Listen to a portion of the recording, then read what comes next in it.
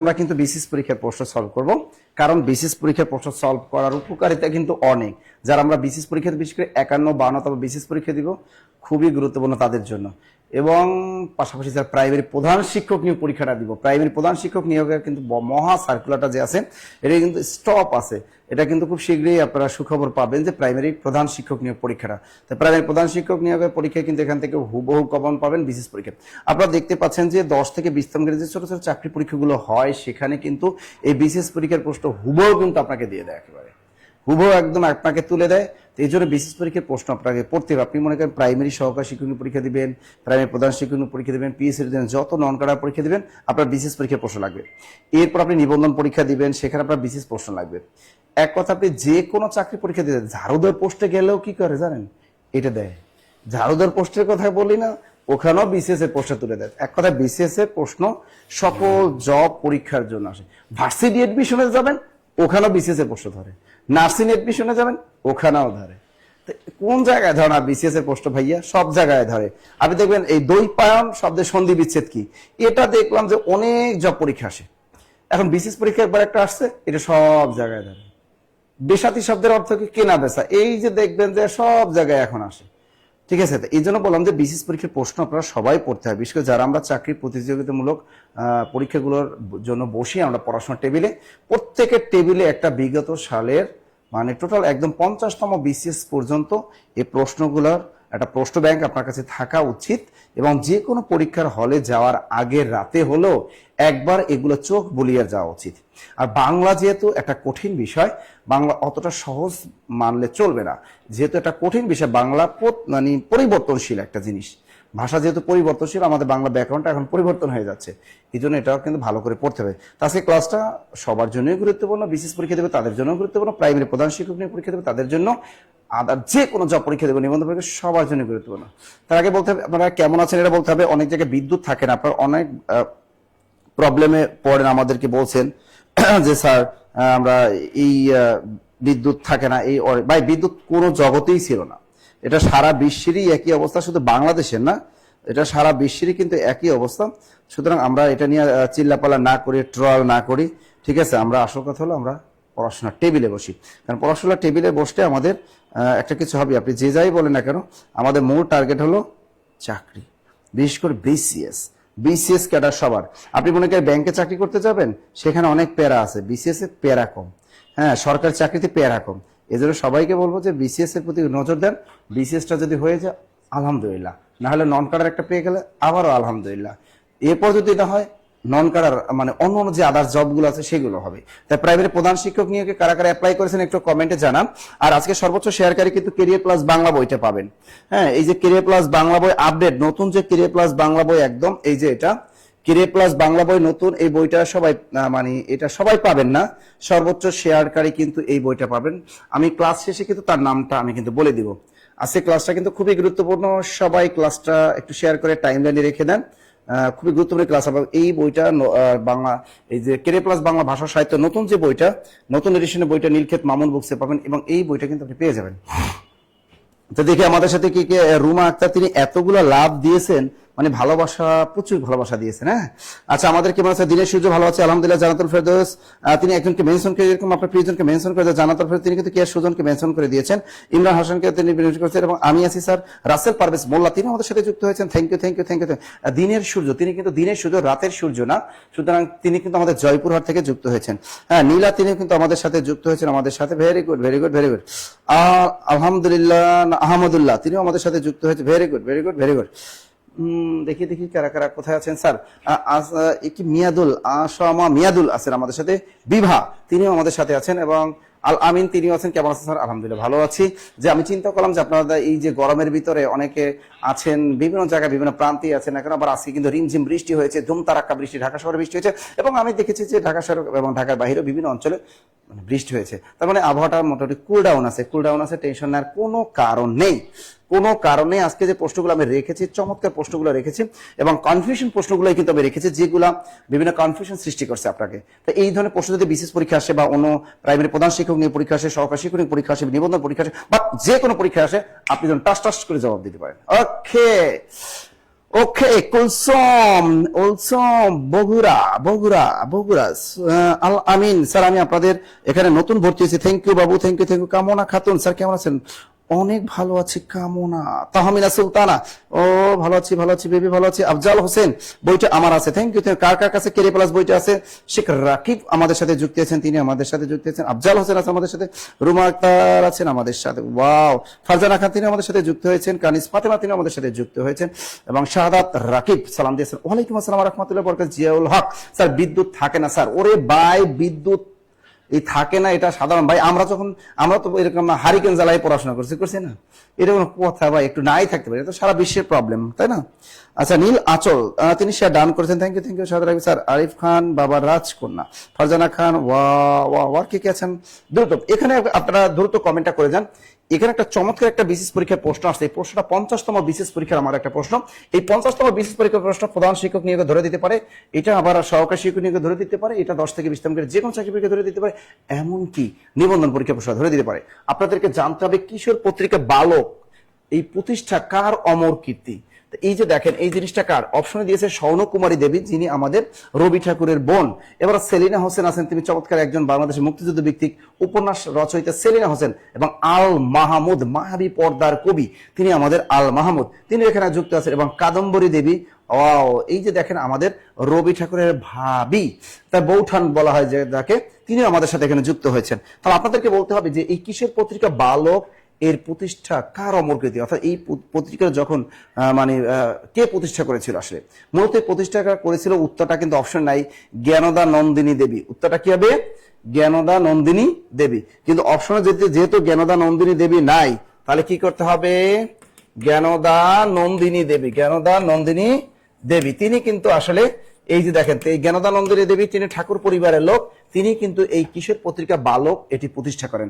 অপশনে যেহেতু নেই, কোথাও কিন্তু জ্ঞানদা নেই, তবে শেষের দিকে কিন্তু এই বালকটা দুটা পত্রিকা একত্রে করে প্রকাশ পেয়েছিল, ওইটা কিন্তু কাজ করেছিলেন আমাদের স্বর্ণকুমারী দেবী। তো যেহেতু জ্ঞানদা নন্দিনী নাই, সুতরাং স্বর্ণকুমারী দেবীতে টিক দিবে। যদি কোনো বিশেষ পরীক্ষা এরকম ঘুরিয়ে দেয় যে কিসের পত্রিকা বালকের প্রতিষ্ঠা কার অমর কীর্তি, অপশনে যদি এই জ্ঞানদা নন্দিনী টুস করে ঢুকিয়ে দেয়, তাহলে এই জ্ঞানদা নন্দিনী মাইরে আসবেন।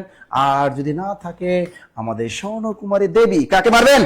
স্বর্ণকুমারী দেবী। স্যার অনেকদিন পর স্যার ক্লাস, রিক্তা শিখতে, হ্যাঁ অনেকেই আজকে বলেছেন ফোন দেয়া যে স্যার নাসির স্যারকে খুঁজে পাওয়া যাচ্ছে না, যে নাসির স্যার ইদানিং জব মেডিসিনে তাকে সেটা খুঁজে পাওয়া যাচ্ছে না। আগে নিয়মিত নাসির স্যার ক্লাস নিত, নাসির স্যারকে দেখতাম, ভালো লাগতো। নাসির স্যার কই গেল? অনেক কাজের ভিতর ব্যস্ত থাকি, তাই ব্যস্ততার ভিতর আমি চেষ্টা করবো এখন থেকে নিয়মিত হওয়ার চেষ্টা করবো যে আপনাদের ক্লাস। আর আগামীকাল কিন্তু আপনাদের সাথে বিসিএস ব্যাচে ক্লাস আছে, 51তম বিসিএস ব্যাচে আগামীকাল বিকাল 3টায় কিন্তু আমাদের ক্লাস আছে, এবং শব্দের শ্রেণী বিভাগটা ক্লাস হবে। এবং আগামীকাল বিকাল 3টায় কিন্তু আপনারা সবাই জব মেডিসিন পেজে থাকবেন, কারণ আমি আগামীকাল বিসিএস এর 51তম বিসিএস এর ব্যাচের বিকাল 3টা লাইভটা আমি উন্মুক্ত করে দেবো। সুতরাং বিকাল 3টা খাওয়া দাওয়া করে নামাজটা শেষে আপনারা বসে যাবেন জব মেডিসিন পেজে, ইনশাল্লাহ সবাই আগামীকাল শব্দের শ্রেণী বিভাগের ক্লাসটা কিন্তু করতে পারবেন। এরপরে আপনারা আমার সাথে সকাল 10টায় এবং সন্ধ্যা 7টায় কিন্তু ক্লাস পাবেন, রাত 9টায় আগামীকাল ক্লাস পাবেন। টোটাল আগামীকাল শুধু ক্লাস আর ক্লাস।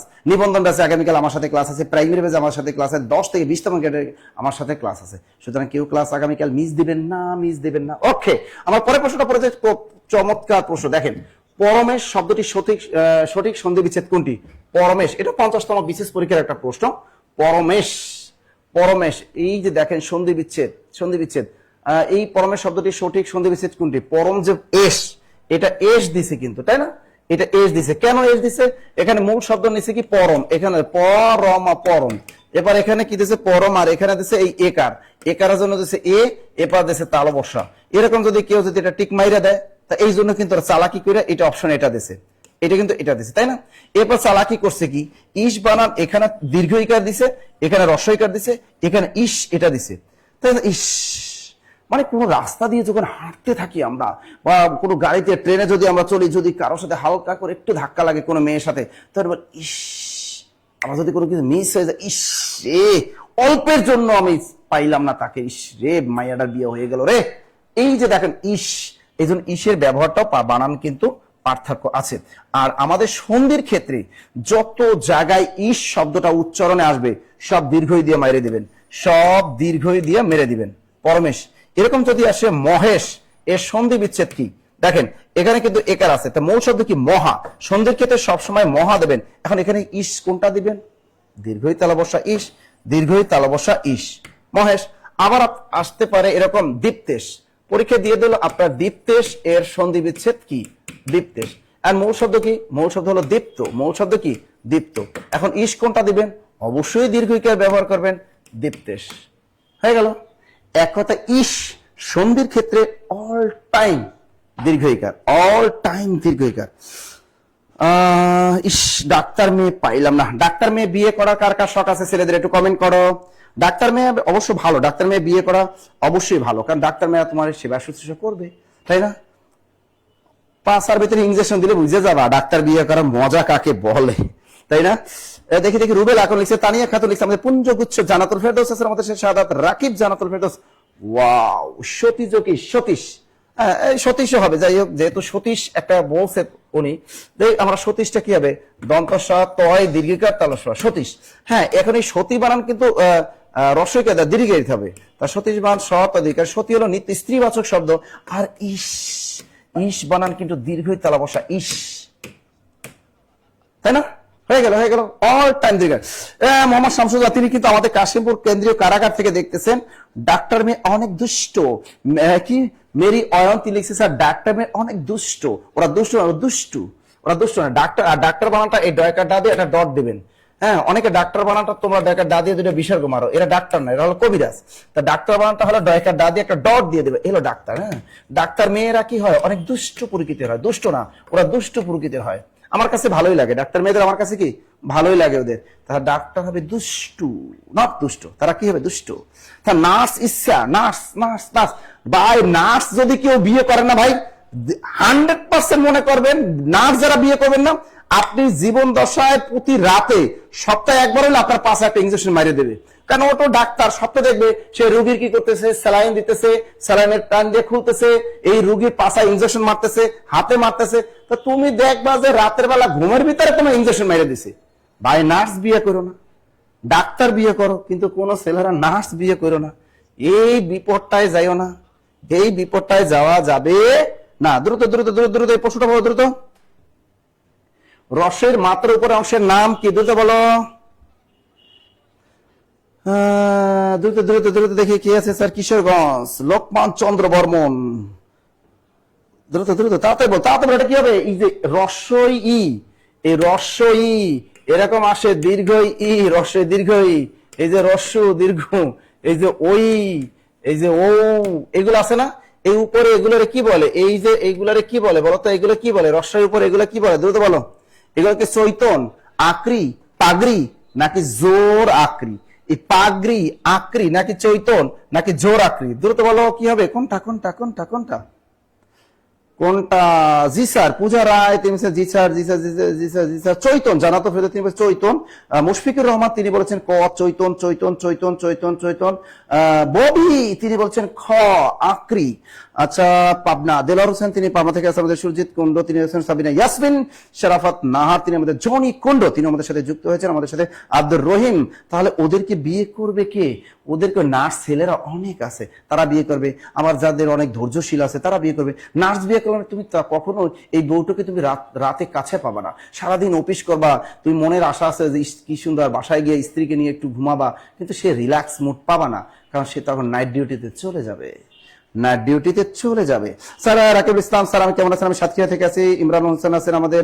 লিয়াকত ক নাম্বার? পাগড়ি পাগড়ি পাগড়ি পাগড়ি। আসলে পাগড়ি টাগড়ি বানার দরকার নাই, পাগড়ি হবে একটা। পাগড়ি জিনিসটা হলো এই ও, ও লিখতে কিন্তু আমরা পাগড়ি মারি একটা, ও তো এরকম একটা প্যাচ পারি না, মাথায় যেন পাগড়ি বাঁধে না, তো এই পাগড়ি মানে এই পাগড়ি বলে ও, এই অর্থাৎ ওর উপরে যে এইভাবে একটা দেই এটাকে বলে পাগড়ি। তাহলে পাগড়ি তো হবেই না, এটা উত্তর হবে চৈতন। উত্তরটা কি হবে? চৈতন চৈতন চৈতন চৈতন। কি হবে? চৈতন। United States of North. বাবা, উত্তরটা উচ্চ। তাহলে এই যে রস্বই দীর্ঘ ওই এই উপরে যে অংশটা এটাকে কি বলে? চৈতন। দ্রুত লেখো, উত্তরে কি বলে? চৈতন।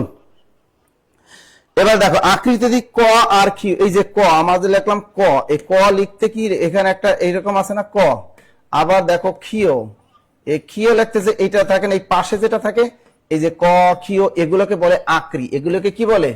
এগুলোকে বলে আকরি। দ্রুত লেখো আকরি। আবার ইও যখন লেখি এখন এভাবে থাকে, এই যে এভাবে ইও লিখতে এভাবে থাকে না, এই যে এটাকে বলে জোর আক্রি। এটাকে কি বলে? জোর আক্রি। দ্রুত লেখো, এটাকে বলে জোর আক্রি। দ্রুত স্যার যে কি বলে, এখানে আমি কি মিথ্যা কথা বললাম? বলো বলো।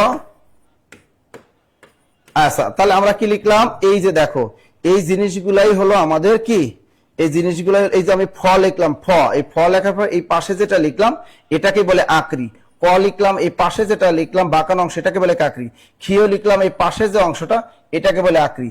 আর রসের উপরে যে এটা, দীর্ঘের উপরে যে এটা, রসের উপরে এটা, এটাকে বলে চৈতন। এটাকে কি বলে? চৈতন। আর পাগড়ি বলে উমার উপরে যেটা দেয়া থাকে এই যে বাঁকানো অংশ এটাকে বলে পাগড়ি।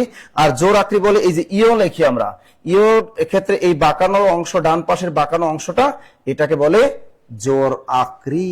ক্লিয়ার সবাই? দ্রুত দ্রুত দ্রুত। আমির পদ্ম জাতির বলছে স্যার দুষ্টু, আমি দুষ্টু মনে কি? মর্জিনা বেগম থেকে স্যার আপনার ক্রে প্লাস বইটা খুব প্রয়োজন, যদিও শেয়ার দিয়ে সর্বোচ্চ করে উঠতে পারি না, একদিন যদি দয়া করে বইটা দিতেন তাহলে খুব উপকার হতো।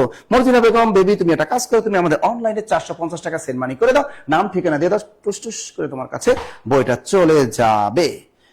Clear clear? লিখছেন লিখছেন লিখছেন লিখছেন। ওয়াও, তাহলে আমরা চৈতন শিখলাম, আকরি শিখলাম, পাগড়ি শিখলাম, জোর আকরি শিখলাম, হয়ে গেল। এরপরে দেখেন বাংলা পুঁথি সাহিত্যের উদাহরণ কোনটি? আমরা জানি বাংলা পুঁথি সাহিত্য, বাংলা পুঁথি বানানে খেয়াল করো, পুঁথি বানানে কিন্তু কোনো ধরনের চন্দ্রবিন্দু হবে না। অনেকে পুঁথি বানানে চন্দ্রবিন্দু দেয়, আসলে ভাইয়েরা পুঁথি বানানে কোনো চন্দ্রবিন্দু নেই। তা বাংলা পুঁথি সাহিত্যের উদাহরণ কোনটি? 50তম বিশেষ পরীক্ষা প্রশ্ন। নুরনামা। নুরনামা একটা বিখ্যাত, একটা কিন্তু কাব্য। নুরনামা একটা বিখ্যাত, একটা কিন্তু কাব্য। আমির হামজা, গোপীচন্দ্রের সন্ন্যাস নাকি মহুয়া? এই মহুয়া পালাটির রচয়িতাকে? দিস কানাই।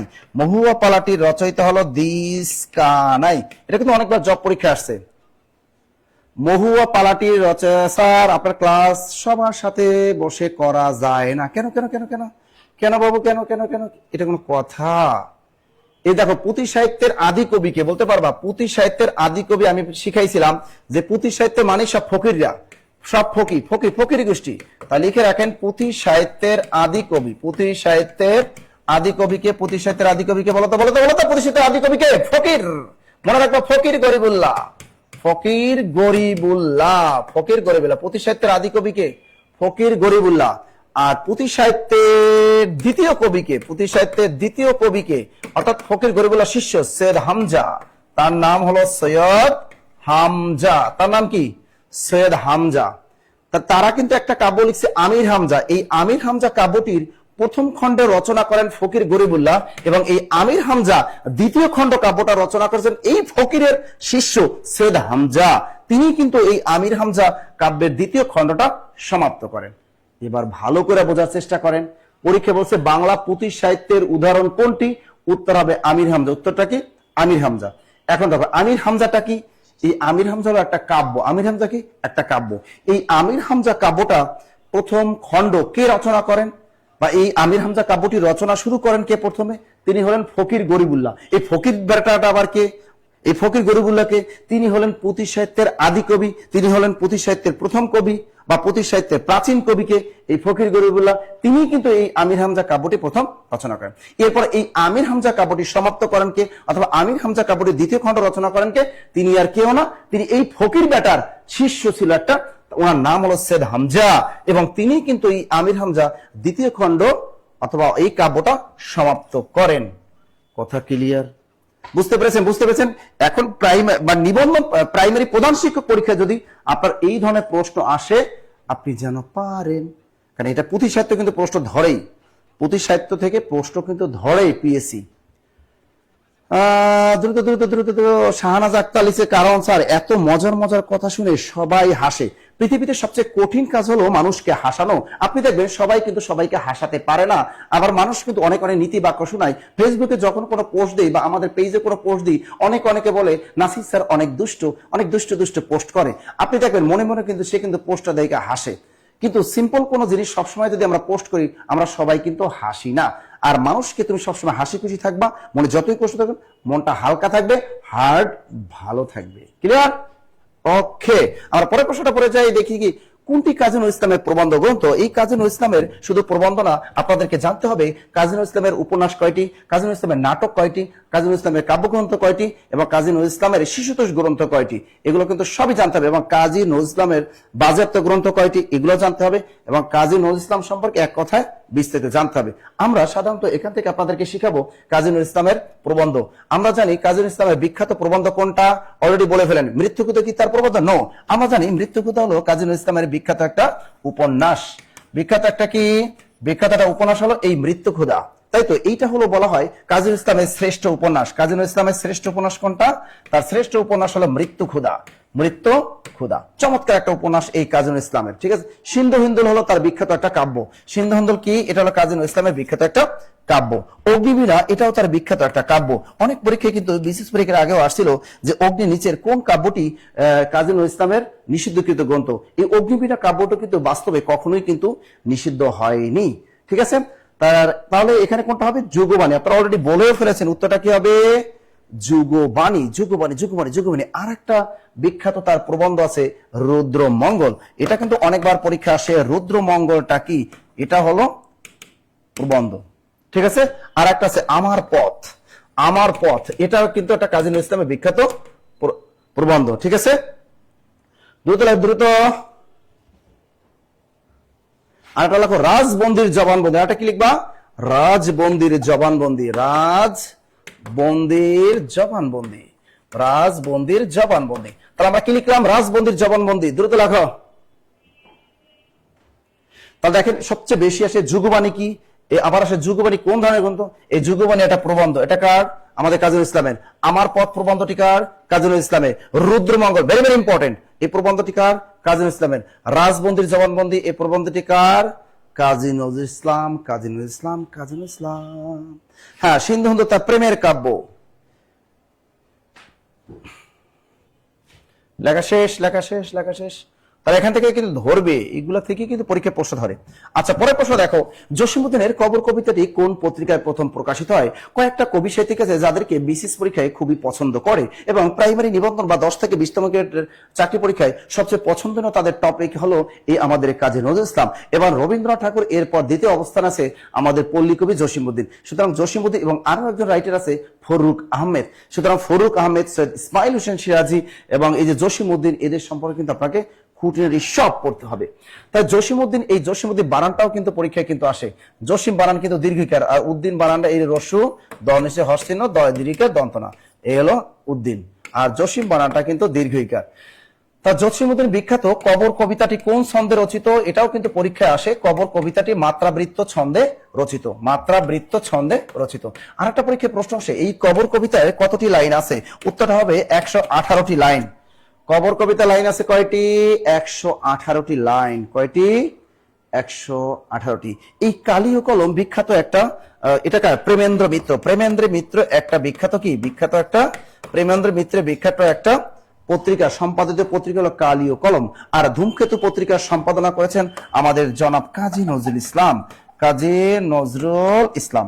আর তত্ত্ববোধিনী পত্রিকার সম্পাদক হলো অক্ষয় কুমার দত্ত। নাম কি? অক্ষয় কুমার দত্ত।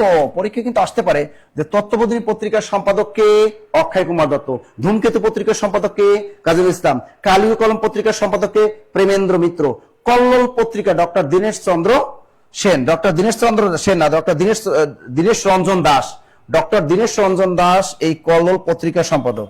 ডক্টর দীনেশ রঞ্জন দাস, এই দীনেশ রঞ্জন দাস কিন্তু এই কল্লোল পত্রিকার সম্পাদক। তাহলে এই জসীমউদ্দীনের কবর কবিতাটা কোন পত্রিকায় প্রকাশ পায়? উত্তরটা ঘ ঘ ঘ ঘ হ্যাঁ, কল্লোল পত্রিকা। উত্তরটা হলো কল্লোল পত্রিকায়। তা জসীমউদ্দীনের কবর কবিতাটি কোন পত্রিকায় প্রথম প্রকাশিত হয়? কল্লোল পত্রিকায়। কল্লোল পত্রিকার সম্পাদককে দীনেশ রঞ্জন দাস, কালীয় কলম পত্রিকার সম্পাদককে প্রেমেন্দ্র মিত্র, ধূমকেতু পত্রিকার সম্পাদককে কাজী নজরুল ইসলাম, তত্ত্ববোধিনী পত্রিকার সম্পাদককে অক্ষয় কুমার দত্ত। কবর কবিতাটি কোন ছন্দে রচিত? মাত্রাবৃত্ত ছন্দে রচিত। কবর কবিতাটি লাইন আছে কয়টি? 118টি। লেখা শেষ। দ্রুত দ্রুত দ্রুত বলো, কথা বলো, দ্রুত দ্রুত দ্রুত বলো। বোঝা শেষ হলে, লেখা শেষ হলে ডান লিখবা। কি লিখবা? ডান। আমাদের তিশি তুতুল ইসলাম আমাদের সাথে যুক্ত হয়েছে, সুমি আক্তার যুক্ত হয়েছেন, আসমান হুসনা যুক্ত হয়েছেন আমাদের সাথে, মুস্তাকিম তিনি আমাদের সাথে যুক্ত হয়েছেন, মুস্তাফিজুর রহমান আমাদের সাথে যুক্ত হয়েছেন, খাদিজাতুল কোবরা তিনি আমাদের সাথে যুক্ত হয়েছেন, কারণ তিনি বলেছেন 1923 সালে এই পত্রিকাটি প্রকাশ পায়। এবং দিনা আক্তার তিনি আমাদের সাথে যুক্ত হয়েছেন। স্যার আজকে মেকআপ করছে তাই বেশি সুন্দর লাগছে। দূর, আমি মেকআপ করি আন্দাজে, মেকআপ করে কি, আমি কি লেডিস, আমি কি মাইয়া? সমীর বিশ্বাস তিনি আমাদের সাথে যুক্ত হয়েছে, ধানসিঁড়ি ফিরোজ তিনি আমাদের সাথে যুক্ত হয়েছেন। Thank you thank you thank you thank you thank you thank you thank you thank you thank you. Okay okay done, okay done. আমরা দেখি আমাদের পরের প্রশ্নটা কি আমাদের জন্য ওয়েট করতেছে। আমাদের কিন্তু টার্গেট রাখতে হবে পরবর্তীতে যেন প্রধান শিক্ষক নিয়োগ পরীক্ষায়, আমরা প্রাইমারি প্রধান শিক্ষক নিয়োগ পরীক্ষার জন্য আমরা যেন টিকে পারি। এবং এবছর যে আসতেছে মেগা সার্কুলার নিবন্ধন, এই নিবন্ধন পরীক্ষা আমাদেরকে টিকতে হবে। এবং এখনো তোমার বিশেষ পরীক্ষা সার্কুলার আসলে সেখানে আমাদের মাঠে গোল দিতে হবে। এখানে চমৎকার একটা প্রশ্ন আসছে, ময়মনসিংহ গীতিকা বিশ্বের কতটি ভাষায় অনুদিত হয়েছে? এই প্রশ্নটার সাথে রিলেটেড আরো অনেক প্রশ্ন আসতে পারে, যে ময়মনসিংহ গীতিকা কোন অঞ্চলের গীতিকা। তাহলে এই প্রশ্নটা আসতে পারে, ময়মনসিংহ গীতিকা কোন অঞ্চলের গীতিকা। আমার পরীক্ষায় প্রশ্ন আসতে পারে, এই ময়মনসিংহ গীতিকা সংগ্রহের সাথে বাংলার কোন বিখ্যাত কবি জড়িত ছিলেন। এবার বলতে পারে যে এই ময়মনসিংহ গীতিকা প্রথম সংগ্রহ করেন কে। আবার আসতে পারে যে ময়মনসিংহ গীতিকা প্রথম সম্পাদনা করেন কে। আবার বলতে পারে এই যে ময়মনসিংহ গীতিকা বিশ্বের কতটি ভাষায় অনুদিত হয়। আবার বলতে পারে যে ময়মনসিংহ গীতিকা কোন প্রতিষ্ঠান থেকে প্রকাশ পায়। আবার বলতে পারে ময়মনসিংহ গীতিকা কত সালে প্রকাশ পায়। আবার বলতে পারে ময়মনসিংহ গীতিকায় মোট কতটি গীতিকা আছে, অথবা ময়মনসিংহ গীতিকায় মোট পালা আছে কয়টি। অথবা আপনাকে এই ধরনের প্রশ্ন আসতে পারে, ময়মনসিংহ গীতিকার প্রথম পালাটির নাম কি। আবার বলতে পারে ময়মনসিংহ গীতিকার শ্রেষ্ঠ পালাটির নাম কি। আবার বলতে পারে এই ময়মনসিংহ গীতিকা নিয়ে, অর্থাৎ ময়মনসিংহ গীতিকা কার মানে অনুপ্রেরণায় বা কার পৃষ্ঠপোষকতায় এই ময়মনসিংহ গীতিকাগুলো সংগ্রহ করা হয়। তো এই ধরনের অনেকগুলো প্রশ্ন আমাদের কিন্তু আসতে পারে। তা সবগুলো প্রশ্ন আমরা লিখে দিব এখন। তা ময়মনসিংহ গীতিকা প্রথমেই আসতে পারে, ময়মনসিংহ গীতিকা কোন অঞ্চলের গীতিকা? বলো, দ্রুত বলো ভাইয়ারা, ময়মনসিংহ গীতিকা কোন অঞ্চলের গীতিকা? দ্রুত বলো, ময়মনসিংহ গীতিকা কোন অঞ্চলের গীতিকা? কে বলতে পারবা? ময়মনসিংহ গীতিকা কোন অঞ্চলের গীতিকা? ময়মনসিংহ গীতিকা কোন অঞ্চলের গীতিকা? এটি কি ময়মনসিংহ অঞ্চলের গীতিকা? এটি কি নেত্রকোনা অঞ্চলের গীতিকা? উত্তরটা হবে ময়মনসিংহ গীতিকা হলো নেত্রকোনা এবং কিশোরগঞ্জ অঞ্চলের গীতিকা। দ্রুত লেখো, উত্তরটা হবে নেত্রকোনা। উত্তরটা হবে নেত্রকোনা ও কিশোরগঞ্জ, নেত্রকোনা ও কিশোরগঞ্জ। দ্রুত লেখো। তাহলে ময়মনসিংহ গীতিকা কোন অঞ্চলের গীতিকা? এটি নেত্রকোনা এবং কিশোরগঞ্জ অঞ্চলের গীতিকা। দ্রুত লেখো, দ্রুত দ্রুত দ্রুত দ্রুত দ্রুত। আবার ময়মনসিংহ গীতিকা ময়মনসিংহ মারা যাবে না, কিন্তু ময়মনসিংহ গীতিকা ময়মনসিংহ মারা যাবে না। ময়মনসিংহ গীতিকা কোন অঞ্চলের গীতিকা? ময়মনসিংহ গীতিকা নেত্রকোনা এবং কিশোরগঞ্জ অঞ্চলের গীতিকা। একটা প্রশ্ন লিখে ফেললাম। ওকে, এবার দেখো, কার পৃষ্ঠপোষকতায় এই ময়মনসিংহ গীতিকা কলকাতা বিশ্ববিদ্যালয় থেকে প্রকাশ পায়? বলতে পারে যে কার পৃষ্ঠপোষকতায়? ডক্টর আশুতোষ ভট্টাচার্য, ডক্টর আশুতোষ ভট্টাচার্যের পৃষ্ঠপোষকতায় কিন্তু এই ময়মনসিংহ গীতিকাগুলো কিন্তু সংগ্রহ করা হয়। সবচেয়ে বেশি যে প্রশ্নটা আসে, ময়মনসিংহ গীতিকা প্রথম সংগ্রহ করেন কে? তিনি আর কেউ নন, তিনি আমাদের নেত্রকোনার কৃতি সন্তান। তিনি আমাদের নেত্রকোনার কৃতি সন্তান চন্দ্রকুমার দে, এবং তার খুব বসম ফ্রেন্ড ছিল একজন, যার বাড়ি হলো বাংলাদেশের আমাদের এই যে এদিকে কোথায় মানিকগঞ্জে যার বাড়ি। তিনি কলকাতা বিশ্ববিদ্যালয়ের বাংলা বিভাগের অধ্যাপক ছিলেন, এবং তিনি ছিলেন কে? ডক্টর দীনেশ চন্দ্র সেন। তা ময়মনসিংহ গীতিকা প্রথম সংগ্রহ করেন কে ভাইয়ারা? বলো তো, প্রথম সংগ্রহ করেন কে? প্রথম সংগ্রহ করেন, বলো বলো বলো। ডক্টর দীনেশ চন্দ্র সেন। বলেন কে ময়মনসিংহ গীতিকা প্রথম সংগ্রহ করেন কে? তাড়াতাড়ি কে বলেন? ভেরি গুড, আধারে লিখে দিয়েছেন স্যার চন্দ্রকুমার দে। চন্দ্রকুমার দে। এবার বলো, চন্দ্রকুমার দে এর বাড়ি কোথায়? নেত্রকোনা। তার বাড়ি কোথায়? তার বাড়ি কিন্তু নেত্রকোনা। দ্রুত লেখো। তাহলে চন্দ্রকুমার দের বাড়ি কোথায়? নেত্রকোনা। লিখেছেন তো? সবাই শেয়ার করলে কিন্তু আজকে কিন্তু ক্লাসটা শেয়ার করলে ক্যারিয়ার প্লাস বাংলা বইটা কিন্তু আপনি পেয়ে যাবেন। ক্যারিয়ার প্লাস বাংলা বইটা কিন্তু আপনি পেয়ে যাবেন। ক্লাসটা কিন্তু শেয়ার করলে কি পাবেন? শেয়ার করলে ক্যারিয়ার প্লাস বাংলা আপডেট নতুন বইটা কিন্তু পেয়ে যাবেন। এগুলো সব তথ্য ক্যারিয়ার প্লাস বাংলা বই আছে। এবার তাহলে এই যে ময়মনসিংহ গীতিকা সম্পাদনা করেন কে?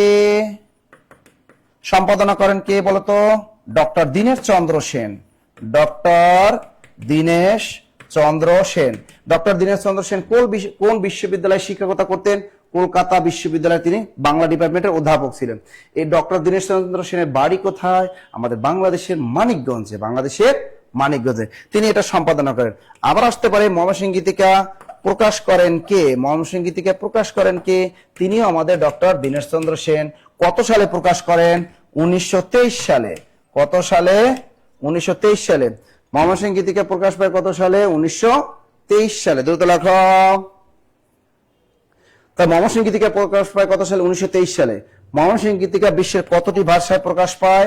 ময়মনসিংহ গীতিকা বিশ্বের কতটি ভাষায় অনুদিত হয়? 23টি ভাষায় অনুদিত। কেমনে মনে রাখবা? ময়মনসিংহ গীতিকা প্রকাশ পায় কত সালে? 1923 সালে। তাহলে ময়মনসিংহ গীতিকা এই শেষে 23 আছে, তাই ময়মনসিংহ গীতিকা বিশ্বের কতটি ভাষায় অনুদিত হয়? উত্তর হবে 23টি। দ্রুত লেখো। স্যার, বাংলা সাবজেক্টটি ইন্টারমিডিয়েট ও নবম দশম শ্রেণীর কোন বিষয়গুলো বেশি গুরুত্ব দেব? বিশেষ করে সাহিত্য। ওটা পরে বলতে হবে। দ্রুত লেখো, দ্রুত। লেখা শেষ করো। এখানে আরো তথ্য লেখাই দেবো। অনেক তথ্য লিখতে হবে, কারণ বিশেষ পরীক্ষা মানে অন্যরকম। প্রাইমারি প্রধান শিক্ষক নিয়োগ। এখন আপনাকে ভালো করে পড়াশোনা না করলে তো হবে না। লিখছেন সবাই? লেখা শেষ হলে ডান লিখবেন। ডান। আবার বলি আমি, ময়মনসিংহ গীতিকা কোন অঞ্চলের গীতিকা? নেত্রকোনা এবং কিশোরগঞ্জ অঞ্চলের গীতিকা। ময়মনসিংহ গীতিকা প্রথম সংগ্রহ করেন কে? চন্দ্রকুমার দে। তার বাড়ি কোথায়? নেত্রকোনা। ময়মনসিংহ গীতিকা সম্পাদনা করেন কে? ডক্টর দীনেশ চন্দ্র সেন। ময়মনসিংহ গীতিকা প্রকাশ করেন কে? ডক্টর দীনেশ চন্দ্র সেন। কোথা থেকে প্রকাশ পায়? লেখেন কলকাতা বিশ্ববিদ্যালয় থেকে। ময়মনসিংহ গীতিকা প্রকাশ পায় কলকাতা বিশ্ববিদ্যালয় থেকে। ময়মনসিংহ গীতিকা প্রকাশ পায় কলকাতা বিশ্ববিদ্যালয় থেকে। দ্রুত লেখো। ময়মনসিংহ গীতিকা প্রকাশ পায় কোথা থেকে? কলকাতা বিশ্ববিদ্যালয় থেকে। এটা কত সালে প্রকাশ পায়? 1923 সালে প্রকাশ হয়। ময়মনসিংহ গীতিকা বিশ্বে কতটি ভাষায় অনুদিত হয়? 23টি ভাষায় অনুদিত হয়। এবার লেখো, ময়মনসিংহ গীতিকায় পালা আছে কয়টি? দ্রুত লেখো। ময়মনসিংহ গীতিকায় পালা আছে কয়টি? 10টি। ময়মনসিংহ গীতিকায় পালা আছে কয়টি? 10টি। এবার লেখো, ময়মনসিংহ গীতিকার প্রথম পালাটির নাম কি? ময়মনসিংহ গীতিকার প্রথম পালাটির নাম দ্রুত বলো। ময়মনসিংহ গীতিকার প্রথম পালাটির নাম কি? মহুয়া। ময়মনসিংহ প্রথম পালাটির নাম কি? মহুয়া। ময়মনসিংহ গীতিকার প্রথম পালাটের নাম দেওয়ানা মদিনা। পরীক্ষা আসে, দেওয়ানা মদিনা পালাটির রচয়িতাকে? মনসুর বয়াতি। দেওয়ানা মদিনা পালাটির রচয়িতা মনসুর বয়াতি। দ্রুত লেখো। দেওয়ানা মদিনা পালাটির রচয়িতা মনসুর বয়াতি। দ্রুত লেখো। তাহলে এই ময়মনসিংহ গীতিকার প্রথম পালাটির নাম কি? দেওয়ানা মদিনা। এই দেওয়ানা মদিনা পালাটির রচয়িতাকে? মনসুর বয়াতি। এবার লেখো, ময়মনসিংহ গীতিকার শ্রেষ্ঠ পালাটির নাম। ময়মনসিংহ গীতিকার শ্রেষ্ঠ পালাটির নাম কি? ময়মনসিংহ গীতিকার শ্রেষ্ঠ পালাটির নাম কি? মহুয়া। ময়মনসিংহ গীতিকার শ্রেষ্ঠ পালাটির নাম মহুয়া। মহুয়া পালাটির রচয়িতাকে? দিস কানাই। দ্রুত লেখো। দ্রুত শোনেন, ভালো করে পড়বেন। এখন থেকে যদি ভালো করে পড়াশোনা করেন, আপনার বিসিএস হবে, প্রধান শিক্ষক হবে, প্রাইমারিতে জব হবে, আপনার নিবন্ধনে জব হবে, আপনার ব্যাংকে জব হবে, আপনি বিজিএস পরীক্ষা দেবেন, মানে সহকারে জাজ নিয়োগ পরীক্ষা দেবেন, সেখানে আপনি টিকে যাবেন। এক কথায় এই প্রশ্নগুলো আপনাকে জানতেই হবে। লেখা শেষ হলে ডান লিখবা। মহুয়া পালাটির রচয়িতাকে? দিস কানাই। লিখছেন সবাই? কি যেন তাদের লেখা শেষ হলে ডান লিখবা। লেখা শেষ হলেই ডান লিখে ফেলো। লেখা শেষ হলেই ডান। ওকে, আমরা পরের প্রশ্নটা চলে যাই। দেখি পরের প্রশ্ন কি। দেখো, কোন বাক্যে সমধাতুস কর্ম আছে? কোন বাক্যে সমধাতুস কর্ম? একটা জিনিস, এটা সোরামে বুদ্ধি আছে। প্রশ্ন 50তম বিশেষ পরীক্ষার প্রশ্ন, সহজ জিনিস হয়। এখানে কোনটা হবে? একটা জিনিস হলো এই যে চাল থেকে আসছে কি? চেলেছি। অনেক চাল চেলেছ, অনেক হাসা হেসেছো, অনেক খাওয়া খেয়েছি, এরকম। অর্থাৎ একটা ক্রিয়া থেকে আর একটা ক্রিয়ার জন্ম, এটাকে বলে সমধাতুস কর্ম। যেমন আজ এমন ঘুমিয়েছি, এই ঘুম থেকে কি আসছে? ঘুমিয়েছি। অনেক চাল চেলেছো, অনেক খেলা খেলেছো, অনেক খাবার খেয়েছো, বুঝছেন? অনেক থাপড়াইছি, এরকম। অর্থাৎ একটা থেকে আরেকটা উৎপাদন হবে ক্রিয়ার, সেটাকে বলে সমধাতুস কর্ম। ক্লিয়ার সবাই? পরে দেখো, চমৎকার একটা প্রশ্ন আসছে। এটা বেতারে বা বিপত্নিক শব্দ দুটি কোন সমাসের উদাহরণ? এখানে কিন্তু বিশেষ পরীক্ষায় ভুল আসছিল। এখানে দেখেন, বেতার ও বিপত্নিক। এই যে বেতার, নাই তার যার, বেতার নাই তার যার, সমান সমান কি বেতার। এখন বেতার বলতে কাকে বোঝায়? রেডিওকে বোঝায়। কাকে বোঝায়? রেডিও। কাকে বোঝায়? রেডিও। 100% এটা বহুব্রী সমাস। এটা হলো নৈয়র্থক বহুব্রী। এটা কোন বহুব্রী? এটা হবে নয় বহুব্রী। এটা হবে নয় বহুব্রী। আর নয় পত্নিক সমান সমান কি? নয় পত্নিক। নয় পত্নিক সমান সমান কি? বিপত্নিক। এটাও কি নয় বহুব্রী। এটা হবে নয় বহুব্রী। তা দেখেন এখানেও বহুব্রী আছে, এটাও আছে, এটা তো হবেই না, এটা তো হবেই না। তা এটা মারছে আবার কর্মধারায়। এখন দেখো বেতার তো আর কর্মধারায় হতে পারে না, ঠিক আছে? তাই সঠিক উত্তর এটা কাছাকাছি ধরা যায়, এটা কাছাকাছি ধরা যায়। তবে এটা কখনোই তুমি পরীক্ষায় বেতার কিন্তু নয় তৎপুরুষ হবে না, বেতার কিন্তু নয় তৎপুরুষ হবে না। সুতরাং কাছাকাছি উত্তর এটা ছিল। যদি কোনো এই সেম প্রশ্নটা যদি আবার কোনো জব পরীক্ষা দেয়, আপনি প্রথমটা টিক দিয়ে চলে আসবেন, বাকি তিনটা কিন্তু হবে না, হবে না, হবে না। তবে এটা মাথায় রাখেন, যদি কোনো জব পরীক্ষা বা বিশেষ পরীক্ষা আসে, বেতার কোন সমাস? তা বেতার হলো নয় বহুব্রী সমাস। বেতার কোন সমাস? নয় বহুব্রী, নয় বহুব্রী, নয় বহুব্রী, নয় বহুব্রী। ক্লিয়ার সবাই? বেতার কিন্তু কোন জব পরীক্ষা যদি আসে, উত্তরটা হবে নয় বহুব্রী। ক্লিয়ার সবাই? ওকে। পরের প্রশ্ন, যে পুঁথি সাহিত্যের প্রাচীনতম লেখককে, এটা যদি না পারেন তাহলে কিন্তু মেরে ফেলবো তোমাদের। বলো পুঁথি সাহিত্যের প্রাচীনতম লেখককে? এটা 50তম বিশেষ পরীক্ষা আবার আসছে পুঁথি সাহিত্য থেকে। বলেন 50তম বিশেষ পরীক্ষা আবার আসছে এটা, বলেন বলেন বলেন বলেন। তাহলে পুঁথি সাহিত্যের প্রাচীনতম লেখককে? ভারতচন্দ্র। আমরা জানি মধ্যযুগের শেষ কবিকে ভারতচন্দ্র রায় গুণাকার। আর ভারতচন্দ্র রায় গুণাকার তিনি কি জানেন? এই ভারতচন্দ্র রায় গুণাকে মধ্যযুগের শেষ বড় কবি বলা হয় কাকে? লিখে রাখেন, মধ্যযুগের শেষ বড় কবি বলা হয় এই ভারতচন্দ্র রায় গুণাকার। দ্রুত লেখেন। এই যে আরাকান রাজসভার আদি বাঙালি কবিকে? দৌলত কাজী। এই যে আরাকান রাজসভার আদি বাঙালি কবি, আরাকান রাজসভার আদি বাঙালি কবি, আরাকান রাজসভার আদি বাঙালি কবি, আদি বাঙালি কবি, আরাকান রাজসভার আদি বাঙালি কবিকে? এই দৌলত কাজী। আর মধ্যযুগের শেষ বড় কবি, মধ্যযুগের শেষ বড় কবি, মধ্যযুগের শেষ বড় কবি, মধ্যযুগের শেষ বড় কবিকে? ভারতচন্দ্র রায় গুণাকার। আর আব্দুল হাকিম, তিনি আমাদের মধ্যযুগের একজন বিখ্যাত কবি। দ্রুত। ফকির, ফকির তোমার তো বলেই তো দিছি স্যার, পুঁথি সাহিত্য মানে ফকির। পুঁথি সাহিত্য মানে কে? ফকির গরিবুল্লাহ। ফকির ফকির ফকির, পুঁথি সাহিত্য মানেই হলো ফকির, পুঁথি সাহিত্য মানেই হলো ফকির। আমাদের পরের প্রশ্নটা চলে যেতে হবে, কোন বানানটি শুদ্ধ? কোন বানানটি শুদ্ধ? এখানে আসছে আমাদের কোন বানানটি শুদ্ধ। দেখেন এই বানানগুলা আমি কতবার যে বিসিএস এর ক্লাসে পড়াইছি, আপনারা বলতে পারবেন না যে না স্যার বিসিএস এর ক্লাস এগুলো শিখায় না। প্রত্যেকটা ফ্রি ক্লাসও যারা করছেন তারাও এই ধরনের প্রশ্ন উত্তর 50তম বিসিএস এ পারছেন। এগুলো আমি অনেকবার শিখাইছি। দেখেন এখানে নিশিথিনি বানানটা ভুল আছে, তাই না? নিশিথিনি বানানটা কি বলতো? নস্কের নি, ছয় দিকের সি, ছয়স্কের থি, নয় দিকের নি। এই যে এটা 21, দীর্ঘার মানে 2, রস্বইকার মানে 1, এই হলো নিশিথিনি বানান। এবার দেখো পিপিলিকা বানানটা দেখো। পিপিলিকা পয়রস্বইকারে পি, পয় দিকের পি, লয়রস্বইকার লি, কয়াকারে কা, পিপিলিকা। এই যে দেখো 2 1 21, দীর্ঘইকার আর একটা রস্বইকার। পিপিলিকা। সমীচীন বানানটা কি? দন্ত স, ময় দিকের মি, ছয় দিকের চি, দন্ত না, অর্থাৎ দুইটাই দীর্ঘার। এটা হলো সমীচীন। তাহলে সঠিক উত্তর কোনটা দিয়েছেন আপনারা? কথোপকথন। এর সন্ধি বিচ্ছেদ কি?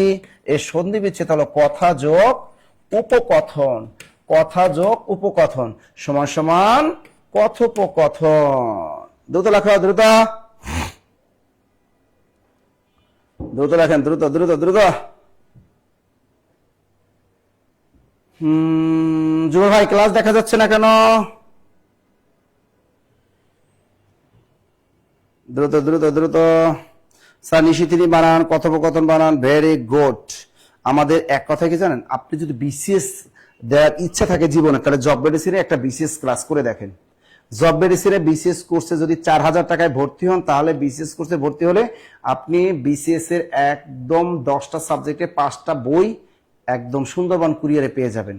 আর আমাদের সকল শাখায় কিন্তু ভর্তি চলতেছে। আমাদের মিরপুর 10, ফলপটি, সামাদ মেশন 4th তলায় সরাসরি আপনি এখানে বিসিএস এর কোর্স আপনি করতে পারবেন। তাহলে আমরা পেরেছি পেরেছি পেরেছি। কথা যোগ উপকথন সমান সমান কথোপকথন। ওয়াও, পরিবার থেকেই শিক্ষা শুরু। এখানে থেকে শব্দের সাথে এই রস্বই এর ব্যাকরণিক পরিচয় কি? 49তম বিসিএস পরীক্ষার একটা প্রশ্ন। দ্রুত বলো, এটা কি উপসর্গ? এই রস্যই কি উপসর্গ? না, রস্যই কি উপসর্গ? না না না না না, রস্যই কি উপসর্গ? ন, এটা কি প্রত্যয়? হ্যাঁ, রস্যই অনেক সময় প্রত্যয় কিন্তু হয়, রস্যই অনেক সময় প্রত্যয় হতে পারে। এটা কি ধাতু? না, ধাতু তো হবেই না। এই ভেজালটা লাগছে, হয় প্রত্যয় না হয় বলক। রস্যই কি? রস্যই কিন্তু প্রত্যয় হতে পারে, যেমন গোলাপি। এই দেখো দেখো, গোলাপ যোগ রস্যই সমান সমান কি? গোলাপি। তাহলে দেখছো গোলাপি প্রত্যয়, রস্যই কিন্তু প্রত্যয় হতে পারে। তাহলে এখানে উত্তরটা হয় হবে প্রত্যয় না হয় বলক। তো উত্তরটা কি হবে বলো তো, তোমরা কি বলো, কোনটা হবে? স্যার তুলিকা তুলি স্যার, এটা হবে বলক। তুতুল ইসলাম তিনি বলছেন বলক। হ্যাঁ, এটা বলক মানে কি? বল মানে কি? শক্তি। বল মানে কি? শক্তি। বলক, বল মানে কি? শক্তি। তা বলক মানে শক্তি থেকে উৎপন্ন। অর্থাৎ আমরা যখন কথা বলি তখন বিভিন্ন শব্দের উপরে আমরা একটু বেশি একটা স্ট্রেস ব্যবহার করি, ঠিক আছে, এটা চাপ প্রয়োগ করি, শক্তি প্রয়োগ করি। ওটা যেমন পরিবার থেকেই, কি বলছি, পরিবার থেকেই, এই যে থেকেই শব্দের উপর আমরা একটা চাপ প্রয়োগ করলাম, এটাকেই বলে বলক। এটাকেই বলে বলক। বলক বলক, এটা নবম দশম শ্রেণীর নতুন বোর্ড বইয়ের একটা প্রশ্ন, নবম দশম শ্রেণীর নতুন বোর্ড বইয়ের একটা প্রশ্ন। ক্লিয়ার সবাই? আরে জান্নাত, তুমি লিখছেন বালক। নো বেবি, এটা বালক না, এটা বলক। নট, এটা বালক না, এটা বলক। এবারে আহমেদ শরীফের মতে মধ্যযুগের চণ্ডীদাস নামে কতজন ছিলেন? দ্রুত বলুন। চণ্ডীদাস সমস্যা, বাংলা সাহিত্যের একটা বিতর্কিত সমস্যার নাম হলো চণ্ডীদাস সমস্যা। বাংলা সাহিত্যের একটা বিতর্কিত সমস্যার নাম চণ্ডীদাস সমস্যা।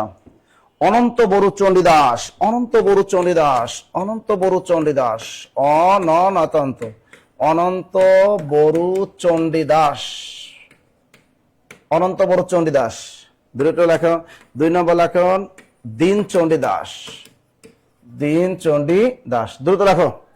ডক্টর আহমেদ শরীফের মধ্যে চণ্ডীদাস কতজন? আপনারা বলেন চণ্ডীদাস কতজন? সবাই বলতেছে 4 জন, 4 জন, 4 জন। ডক্টর আহমেদ শরীফের মতে 4 জন। এখানে বলছে ডক্টর আহমেদ শরীফের মতে বলছে, কিন্তু বলে না যে বাংলা সাহিত্যে চণ্ডীদাস কতজন। আহমেদ শরীফের মতে কয়জন?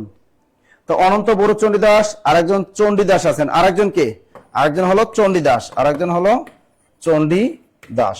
তো ডক্টর মোহাম্মদ শহীদুল্লাহর মত, সরি, ডক্টর আহমেদ শরীফের মতে, ডক্টর আহমেদ শরীফের মতে মধ্যযুগে চণ্ডীদাস নামে কতজন কবি পাওয়া যায়? 3 জন। উত্তর কতজন? কিন্তু পরীক্ষায় যদি আসে বাংলা সাহিত্যে চণ্ডীদাস কতজন, তাহলে উত্তর হবে 4 জন। 1 নাম্বার কি? এই যে চণ্ডীদাস, চণ্ডীদাস। এবার কি? দীন চণ্ডীদাস। আরটা কি? দিস চণ্ডীদাস। আরটা হলো দিস চণ্ডীদাস। আরটা কি? আদি চণ্ডীদাস, আদি চণ্ডীদাস। যদি পরীক্ষা আসে বাংলা সাহিত্যে চণ্ডীদাস কতজন, সেক্ষেত্রে আপনি 4-এ টিক দিবেন। আর যদি ব্যক্তির নাম উল্লেখ করে যায় যে ডক্টর আহমেদ শরীফের মতে মধ্যযুগে চণ্ডীদাস কতজন, উত্তর হবে 3 জন। একটা হলো অনন্ত বড়ু চণ্ডীদাস, 2 নম্বর দীন চণ্ডীদাস, আর 3 নম্বর হলো চণ্ডীদাস। দ্রুত লেখেন। এই চণ্ডীদাস সমস্যা বিশেষ লিখিত পরীক্ষায় কিন্তু আসে। চণ্ডীদাস সমস্যা বিশেষ আমাদের লিখিত পরীক্ষায় কিন্তু আসে, আসে। দ্রুত লেখেন।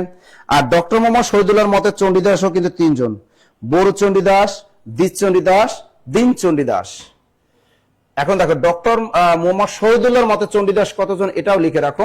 ডক্টর মোহাম্মদ শহীদুল্লাহর মতে, আবার দেখো কোনো বিশেষ বা অন্য কোনো চাকরি পরীক্ষা ধরতে পারে যে ডক্টর মোহাম্মদ শহীদুল্লাহর মতে কতজন। ডক্টর মোহাম্মদ শহীদুল্লাহ, ডক্টর মোহাম্মদ শহীদুল্লাহর মতে চণ্ডীদাস কতজন? তার মতেও 3 জন। 3 জন, তার মতেও কয়জন? 3 জন। লিখে রাখেন। ডক্টর মোহাম্মদ শহীদুল্লাহর মতো চণ্ডীদাস হলেন 3 জন। দূরে রাখেন। দিস চণ্ডীদাস, দীন চণ্ডীদাস, আর হলো বড়ু চণ্ডীদাস। দিস চণ্ডীদাস, দিস চণ্ডীদাস, আর একজন হলো বড়ু চণ্ডীদাস। তাহলে ডক্টর মোহাম্মদ শহীদুল্লাহর মতে চণ্ডীদাস 3 জন। 1 নম্বরে বড়ু চণ্ডীদাস, আর একটা দীন চণ্ডীদাস, আর একটা হলো দিস চণ্ডীদাস, দিস চণ্ডীদাস। এই 3 জন হলো ডক্টর মোহাম্মদ শহীদুল্লাহর মতে। তো এক কথা আমরা পাইলাম, যদি পরীক্ষা আসে, আসলে কথা মনে রাখেন, যদি পরীক্ষায় বলে যে মধ্যযুগের বাংলার সাথে চণ্ডীদাস কতজন, উত্তর হবে 4 জন। কতজন? 4 জন। যদি অপশনে 4 না থাকে তাহলে 3 মারবেন। যদি বলে ডক্টর মোহাম্মদ শহীদুল্লাহর মতে কতজন, উত্তর হবে 3 জন। যদি বলে ডক্টর আহমেদ শরীফের মতে চণ্ডীদাস কতজন, উত্তর হবে 3 জন। পরীক্ষিত পক্ষে এই যে চণ্ডীদাস মধ্যযুগে একটা কিন্তু বিতর্কিত একটা সমস্যা ছিল, চণ্ডীদাস সমস্যা, ঠিক আছে। প্রকৃতপক্ষে এই চণ্ডীদাস কি 4 জন, ঠিক আছে, 4 জনের ভিন্ন ভিন্ন নাম নাকি 4 জন একই ব্যক্তির নাম, এগুলো মধ্যযুগের আসলে বাংলা সাহিত্যে কোথাও খুঁজে পাওয়া যায় না। এই সমস্যাটাকে বলা হয় মূলত চণ্ডীদাস সমস্যা। দেখো ইদানিং একটা বিশেষ পরীক্ষায় প্রশ্ন আসা শুরু করেছে অস্তিবাচক। অস্তিবাচক বাক্য কি আসা শুরু করেছে? অস্তিবাচক। দেখেন অস্তিবাচক আরটা কি নেতিবাচক, আরটা হলো নেতিবাচক। এটাকে আমরা বলি পজিটিভ বাক্য আর এটা নেগেটিভ বাক্য। এখন ইংরেজিতে পজিটিভ বাক্য নেগেটিভ বাক্য যখন আমরা করি তখন মূল অর্থটা ঠিক রাখি, মূল অর্থ ঠিক রেখে ওই শব্দটা বিপরীত শব্দ বসিয়ে দিই এবং শেষে একটা নেগেটিভ ওয়ার্ড বসাই দিই। এখানে বাংলা বাক্যের ক্ষেত্রে তুমি কি করবা? ওই শব্দটি বিপরীত শব্দ বসাই দিবা অথবা একটা এবং ওই সাথে শেষে একটা নেগেটিভ ওয়ার্ড বসাই দিবা। যেমন একটা বাক্য আমি বলি যে আমি যদি বলি আমি তোমাকে ভালোবাসি, কি বললাম? আমি তোমাকে ভালোবাসি। এই বাক্যটা আমি বললাম আমি তোমাকে ভালোবাসি। এইটা হলো একটা অস্তিবাচক বাক্য, মানে একটা পজিটিভ বাক্য, অ্যাফার্মেটিভ বাক্য, পজিটিভ বাক্য। এই বাক্যটা হলো এটা কি পজিটিভ। এটা নেগেটিভ করতে হবে, বলা যাবে না যে আমি তোমাকে ঘৃণা করি, এটা নেগেটিভ বাক্য না। এটা বলেন তো এই আমি তোমাকে ভালোবাসি এটার নেতিবাচক বাক্য কি হবে, নেগেটিভ কি হবে? দ্রুত বলেন, একটু বলেন তো, এটা বলেন তো, কি পারবেন? এইটা আমি তোমাকে ভালোবাসি এই বাক্যটা নেগেটিভ করেন তো। আমি তোমাকে কি, আমি তোমাকে ঘৃণা করি না, এই বাক্যটা নেগেটিভ কি হবে? আমি তোমাকে, এই যে ভালোবাসাটার বিপরীত শব্দ বসাই দাও ঘৃণা, এবার নেগেটিভ ওয়ার্ড বসাও আমি তোমাকে ঘৃণা করি না, অথবা আমি তোমাকে ভালো না বেশি পারি না বলতে হবে এভাবে। অর্থাৎ জিনিসটা কিন্তু একই। অর্থাৎ আমি তোমাকে ভালোবাসি এটা নেগেটিভ দিয়ে বুঝাইছি কি আমি তোমাকে ভালো না বেশি পারি না, তার মানে কি আমি তোমাকে ভালোবাসি। আবার কি বলছি? আমি তোমাকে ঘৃণা করি না, তার মানে আমি তোমাকে ভালোবাসি। Clear clear clear clear. তো এরকম বাক্যগুলা পরীক্ষা আসে। আবার দেখে এরকম বিশেষ লিখিত পরীক্ষায় কিন্তু অস্তিবাচক নেতিবাচক কিন্তু পরীক্ষায় আসে। যেমন সেখানে কেউ নেই, সেখানে কেউ নেই, সেখানে কেউ নেই, এটা কোন ধরনের বাক্য? এটা কিন্তু নেগেটিভ বাক্য, তার মানে এটা হলো নেতিবাচক। এটা কি? এটা কিন্তু একটা নেতিবাচক বাক্য, এটা একটা নেতিবাচক বাক্য। মানে এটার অস্তিবাচক কি হবে বলো তো? সেখানে কেউ নেই, এর অস্তিবাচক কি হবে বলো না? হ্যাঁ, এই যে মর্জিনা আমি তোমাকে ঘৃণা করি না, আমি কি তোমাকে ভালোবাসি না, এই এটা হবে কেন? তুমি প্রশ্নবোধক করছো কেন? প্রশ্নবোধক হবে না। শোনেন, যারা জব মেডিসিনে ভর্তি হন নাই, বিশেষ কোর্সে গুগল ফর্মটা পূরণ করে দেন। যারা নিবন্ধন কোর্সে এখনো ভর্তি হন নাই, নিবন্ধন কোর্সের জন্য সাবজেক্টিভ জেনারেল উভয় ভর্তি হতে পারবেন, জব মেডিসিনের সাথে ভর্তি হয়ে যান। যারা প্রাইমারি হেডমাস্টার কোর্সে এখনো ভর্তি হন নাই এবং এক্সাম ব্যাচে ভর্তি হন নাই, চাইলে আপনি এক্সাম ব্যাচে ভর্তি হতে পারেন, বিসিএস এক্সাম ব্যাচ, এবং চাইলে আপনি প্রাইমারি হেডমাস্টার এক্সাম ব্যাচে ভর্তি হতে পারেন এবং প্রাইমারি সহকারী অ্যাডভান্স কোর্সে ভর্তি হতে পারেন। আর 10 থেকে 20 নম্বরের চাকরি পরীক্ষা দেন, এনরোল করে ফেলেন আমাদের জব মেডিসিনের সাথে। তাই সেখানে কেউ নেই, তার মানে কি জায়গাটা নির্জন, তার মানে কি জায়গাটা নির্জন। এটা হলো অস্তিবাচক কি জায়গাটা নির্জন। এরকম বাক্যগুলো অস্তিবাচক বাক্যকে নেতিবাচক করতে হয়। তো এখানে আপনাকে বিশেষ পরীক্ষা দিয়েছে তিনি কথা শুনে ঘুমাতে পারলেন না, যেহেতু না আছে তা তুমি বুঝেই গেছো এটা নেগেটিভ বাক্য। এটাকে পজিটিভ বাক্য কি হবে? না অবশ্যই থাকবে না, এই ভিতরে না একদম উঠে দিতে হবে পজিটিভ বাক্য করতে হলে অস্তিবাচক। তা তিনি কথা না শুনে, এটা তো হবেই না, না আছে এটা তো হবেই না, ওরা একেবারে ক্রস ফায়ার দাও। আবার এখানেও আছে তিনি কথা না, এই না আছে এটা ক্রস ফায়ার দিয়ে দাও, না তো থাকতেই পারবেন না। আবার দেখেন এখানে না আছে এটা তো হতেই পারবে না, ক্রস ফায়ার মারো, তিনি কথা শুনে যে, তার মানে এটাই হবে। দেখেছো বেবি?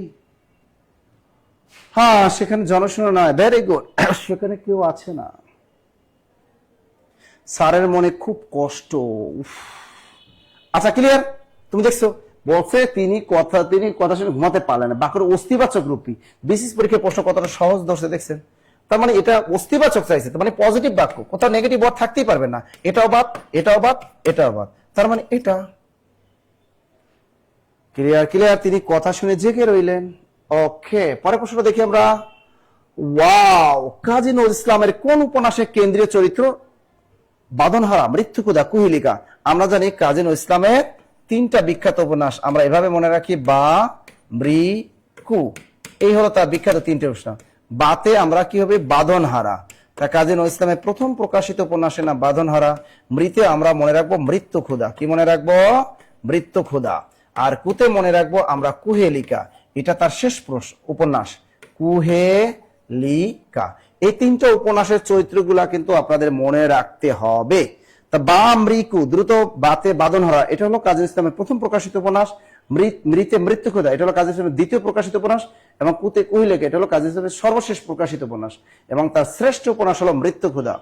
শ্রেষ্ঠ উপন্যাস হলো মৃত্যুক্ষুধা। দ্রুত লেখো, লেখা শেষ করো। তাহলে মৃত্যুক্ষুধা উপন্যাসের চরিত্র আনসার, রুবি, মুয়াজ্জেম।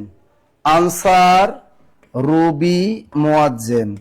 আনসার আরটাকে রুবি, আট হলো মুয়াজ্জেম। দ্রুত লেখো, এই তিনটা চরিত্র মৃত্যুক্ষুধা উপন্যাসের তিনটা চরিত্র লেখো, আনসার, রুবি আর এটাকে মুয়াজ্জেম। তাড়াতাড়ি লেখো, তাড়াতাড়ি তিনটা। কুইল এবার মৃত্যুক্ষুধা উপন্যাস, বাঁধনারা উপন্যাসের চরিত্র নুরুল হুদা, রাবেয়া। নুরুল হুদা, রাবেয়া। দ্রুত লেখেন, নুরুল হুদা, রাবেয়া। বাঁধনারা উপন্যাসের চরিত্র নুরুল হুদা, নুরুল হুদা। এবার লেখো রাবেয়া। এবার লেখো মাহবুবা, মাহবুবা। আর হলো সাহসিকা, সাহসিকা। দ্রুত লেখো, এটা মাহবুবা, সাহসিকা। দ্রুত লেখো। কুহিলেখা উপন্যাসের চরিত্র জাহাঙ্গীর, তহমিনা, চম্পা। জাহাঙ্গীর, তহমিনা, তহমিনা, জাহাঙ্গীর আর একটাকে চম্পা। দ্রুত লেখো।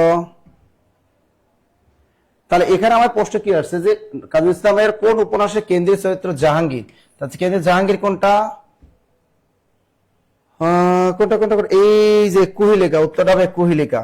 কুহিলেখা। তাহলে কুহিলেখা উপন্যাসের বিখ্যাত তিনটা চরিত্র তাহমিনা, জাহাঙ্গীর, চম্পা। মৃত্যুক্ষুধা উপন্যাসের বিখ্যাত তিনটা চরিত্র, মৃত্যুক্ষুধা উপন্যাসের বিখ্যাত তিনটা চরিত্র আনসার, রুবি, মুয়াজ্জেম। বাঁধনারা উপন্যাসের বিখ্যাত চরিত্র নুরুল হুদা, রাবেয়া, মাহবুবা, সাহসিকা। নুরুল হুদা, রাবেয়া, মাহবুবা, সাহসিকা। এটা হলো বাঁধনারা উপন্যাসের চরিত্র। দ্রুত লেখো, দ্রুত লিখতে, দ্রুত দ্রুত। শোনেন, প্রাইমারি হেডমাস্টার এত সহজ না। পিএসসির অধীনে প্রশ্ন হবে, বুঝতেই পারতেছেন কঠিন প্রশ্ন, বিশেষ প্রশ্ন, এগুলো সবগুলো ডিপলি পড়তে হয়। লেখা শেষ হলে ডান লিখবা, লেখা শেষ হলে ডান, লেখা শেষ হলে ডান, লেখা শেষ।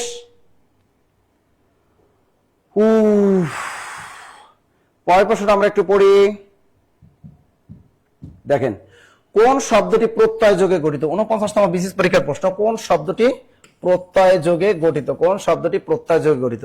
হাসপাতাল, আকাশ ছোঁয়া, ভালোবাসা, গুণমান, not not not not not not not.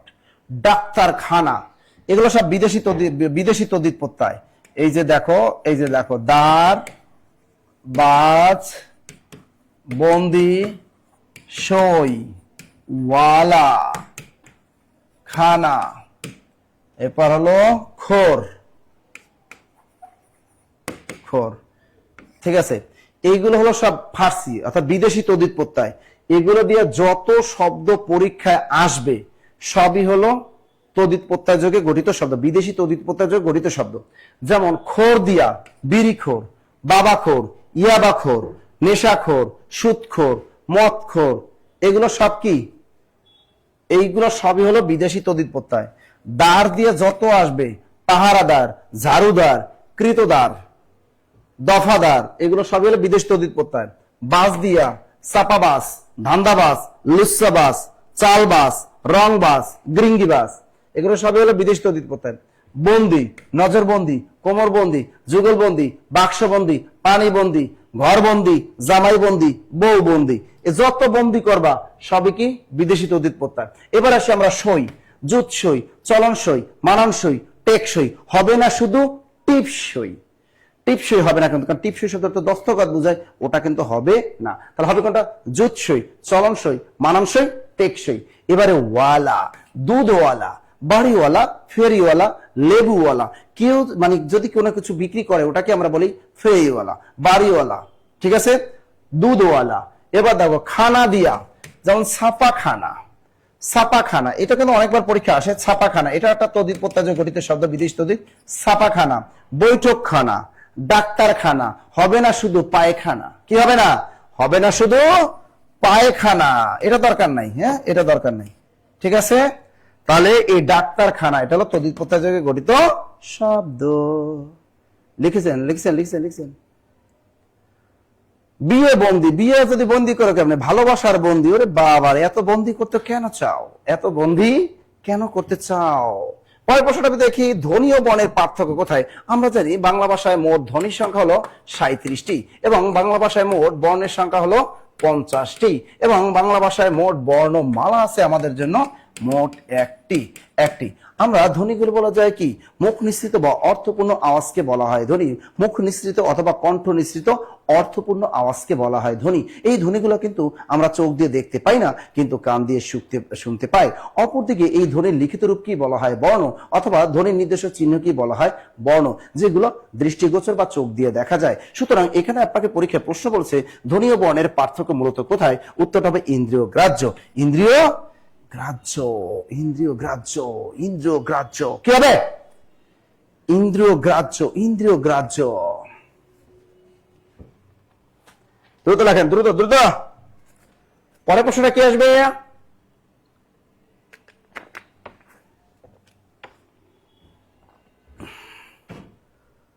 পরের প্রশ্ন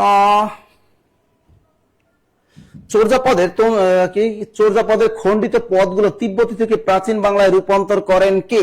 সুনীতি কুমার চট্টোপাধ্যায়, হরপ্রসাদ শাস্ত্রী, নাকি রাজেন্দ্র মিত্র, নাকি সুকুমার সেন? দ্রুত বলো।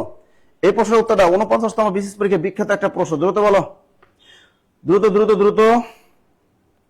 চর্যাপদের খণ্ডিত পদগুলো তিব্বতী থেকে প্রাচীন বাংলায় রূপান্তর করেন কে? ডক্টর সুনীতি কুমার চট্টোপাধ্যায়, ডক্টর হরপ্রসাদ শাস্ত্রী, নাকি ডক্টর রাজেন্দ্রলাল মিত্র, নাকি ডক্টর সুকুমার সেন? অনেকে কিন্তু এখানে সুনীতি কুমার চট্টোপাধ্যায় সম্পর্কে জানেন, ডক্টর শাস্ত্রী সম্পর্কেও জানেন এবং ডক্টর সুকুমার সেন সম্পর্কেও জানেন, কিন্তু নতুন একটা নাম পেলেন রাজেন্দ্রলাল মিত্র। অনেকে কিন্তু এই ব্যক্তিটা সম্পর্কে জানেন না, তবে তিনি কিন্তু মূলত এই চর্যাপদের মূল পুঁথিটার প্রথম কিন্তু সন্ধান কিন্তু দিয়েছিলেন তিনি। কারণ আমরা জানি চর্যাপদের অস্তিত্বের কথা প্রথম বলেছিলেন ডক্টর রাজেন্দ্রলাল মিত্র 1882 সালে সংস্কৃত বুদ্ধিস্ট লিটারেচার ইন নেপাল গ্রন্থে। তিনি কিন্তু প্রথম এই বৌদ্ধতান্ত্রিক সাহিত্যের কথা প্রকাশ করেছিলেন, কিন্তু তিনি এই পুঁথিগুলো উদ্ধার করার আগেই তিনি মৃত্যুবরণ করেন। এই জন্যই তিনি কিন্তু এটার কি পারলেন না, তিনি আর এই পুঁথিগুলো উদ্ধার করতে পারলেন না। এবং ব্রিটিশ সরকার কিন্তু এরপরে কি করলেন, এই ডক্টর হরপ্রসাদ শাস্ত্রীকে তিনি কিন্তু দায়িত্ব দিয়েছিলেন। এই ডক্টর হরপ্রসাদ শাস্ত্রী তিনি কিন্তু কি করেছিলেন, এই যে রাজেন্দ্রলাল মিত্র যে বই লিখে গিয়েছিলেন, এই যে ওই বইটাই কিন্তু তিনি রিসার্চ করেই কিন্তু তিনি কি করলেন, তিব্বতে বা নেপাল ভ্রমণ করা শুরু করেন। অবশেষে তিনি কিন্তু 3বার নেপাল ভ্রমণে গিয়েছিলেন। এই 3বার ভ্রমণ করার পর সর্বশেষ তিনি 1907 সালে নেপালের রয়্যাল লাইব্রেরি থেকেই কিন্তু তিনি এই চর্যাপদের পুঁথিগুলো উদ্ধার করেছিলেন। ক্লিয়ার? তাহলে আমরা কি লিখলাম, এই যে রাজেন্দ্রলাল মিত্র তিনি কে? এই ডক্টর রাজেন্দ্রলাল মিত্র কে? তাহলে চর্যাপদের অস্তিত্বের কথা প্রথম, এটাই কিন্তু বিশেষ পরীক্ষার প্রশ্ন আসতে পারে, যে চর্যাপদের অস্তিত্বের কথা প্রথম কে বলেছিলেন? লিখে রাখেন, চর্যাপদের অস্তিত্বের কথা, চর্যাপদের অস্তিত্বের কথা প্রথম বলেছিলেন, চর্যাপদের অস্তিত্বের কথা প্রথম বলেছিলেন, চর্যাপদের অস্তিত্বের প্রথম বলেছিলেন কে? Doctor Rajendralal Mitra, doctor Rajendralal Mitra, doctor Rajendralal Mitra. কত সালে? 1882 সালে। 1882 সালে কোন গ্রন্থে? Sanskrit, Sanskrit Buddhist, Sanskrit Buddhist literature, Sanskrit Buddhist literature, Sanskrit Buddhist literature in Nepal গ্রন্থে, Sanskrit Buddhist literature in Nepal গ্রন্থে। দ্রুত লেখেন, চর্যাপদের অস্তিত্বের কথা। তা চর্যাপদের অস্তিত্বের কথা প্রথম কে বলেছিলেন? এই প্রশ্নটা কিন্তু এখন পর্যন্ত বিশেষ পরীক্ষা আসে নাই, সুতরাং প্রশ্নটা ধরতেই পারে যে চর্যাপদের অস্তিত্বের কথা প্রথম কে বলেছিলেন? ডক্টর রাজেন্দ্রলাল মিত্র। কত সালে বলেছিলেন? 1882 সালে। কোন গ্রন্থে বলেছিলেন? সংস্কৃত বুদ্ধিস্ট লিটারেচার ইন নেপাল গ্রন্থে। এবার দেখেন, ডক্টর হরপ্রসাদ শাস্ত্রী কোন বিশ্ববিদ্যালয়ের অধ্যাপক ছিলেন? তিনি কিন্তু কলকাতা বিশ্ববিদ্যালয়ের বাংলা বিভাগের অধ্যাপক ছিলেন, কিন্তু যখন ঢাকা বিশ্ববিদ্যালয় যখন প্রতিষ্ঠিত হয় 1921 সালে, তখন কিন্তু ডক্টর হরপ্রসাদ শাস্ত্রী কিন্তু ঢাকা বিশ্ববিদ্যালয়ে এসে তিনি কিন্তু বাংলা ডিপার্টমেন্টের প্রতিষ্ঠাকালীন চেয়ারম্যান হিসেবে তিনি কিন্তু নিযুক্ত হয়েছিলেন। কিন্তু এর আগে কিন্তু তিনি কিন্তু কলকাতা বিশ্ববিদ্যালয়ের বাংলা বিভাগের অধ্যাপক ছিলেন। পরীক্ষা কিন্তু বিশেষ প্রশ্ন ঘুরে ধরতে পারে আপনাকে, যে চর্যাপদ আবিষ্কারের সময় ডক্টর হরপ্রসাদ শাস্ত্রী কোন বিশ্ববিদ্যালয়ের শিক্ষক ছিলেন? তখন কিন্তু উত্তরটা হবে কলকাতা বিশ্ববিদ্যালয়। আমার পরীক্ষায় প্রশ্ন আসে যে এই চর্যাপদ আবিষ্কারের জন্য ডক্টর হরপ্রসাদ শাস্ত্রী কতবার নেপাল ভ্রমণ করেছিলেন? উনি মোট নেপাল ভ্রমণ তিনবার 1897, 1898 এবং সর্বশেষ 1907 সালে এই নেপালের রয়্যাল লাইব্রেরি থেকে এই বৌদ্ধতান্ত্রিক সাহিত্যের কথাগুলো তিনি কিন্তু উদ্ধার করেছিলেন। এটা যখন আমরা বিসিএস এর ক্লাসে চর্যাপদ সম্পর্কে বিস্তারিত পড়াবো আপনাদেরকে, তখন বেসিক ক্লাসে আরো বিস্তারিত শিখিয়ে দিব। Clear clear clear clear clear clear. তা উত্তরটা হবে সুকুমার সেন, ডক্টর সুকুমার সেন। এখানে বলছে চর্যাপদের খণ্ডিত পদগুলো তিব্বতী থেকে প্রাচীন বাংলায় রূপান্তর করেন কে? উত্তরটা হবে সুকুমার সেন, সুকুমার সেন, সুকুমার সেন, ডক্টর সুকুমার সেন। এম আব্দুল হাই আল হাদি, আরিফ শেখ, তুলিকা তুলি। আচ্ছা ক্লাস কেমন লাগতেছে একটু কমেন্ট করো না প্লিজ, একটু বলো না। যখন আমরা দেখি কোনো কনসার্টে যাই বা কোনো অভিনয় দেখতে যাই মঞ্চে, তখন কিন্তু আমরা দেখতে পাই কনসার্টে যখন গান গায় কণ্ঠশিল্পী, তখন কিন্তু তিনি বারবার বলে, এই ভাইয়েরা কেমন লাগতেছে আপনাদের, সবাইকে ভালো ভালো ভালো ভালো। তখন যখন উৎসাহ দেয়, তখন কিন্তু ওই কণ্ঠশিল্পী আরো ধুমতারাক্কা গান গাওয়া শুরু করে, মানে তার ভিতরে একটা জোশ বাড়ে।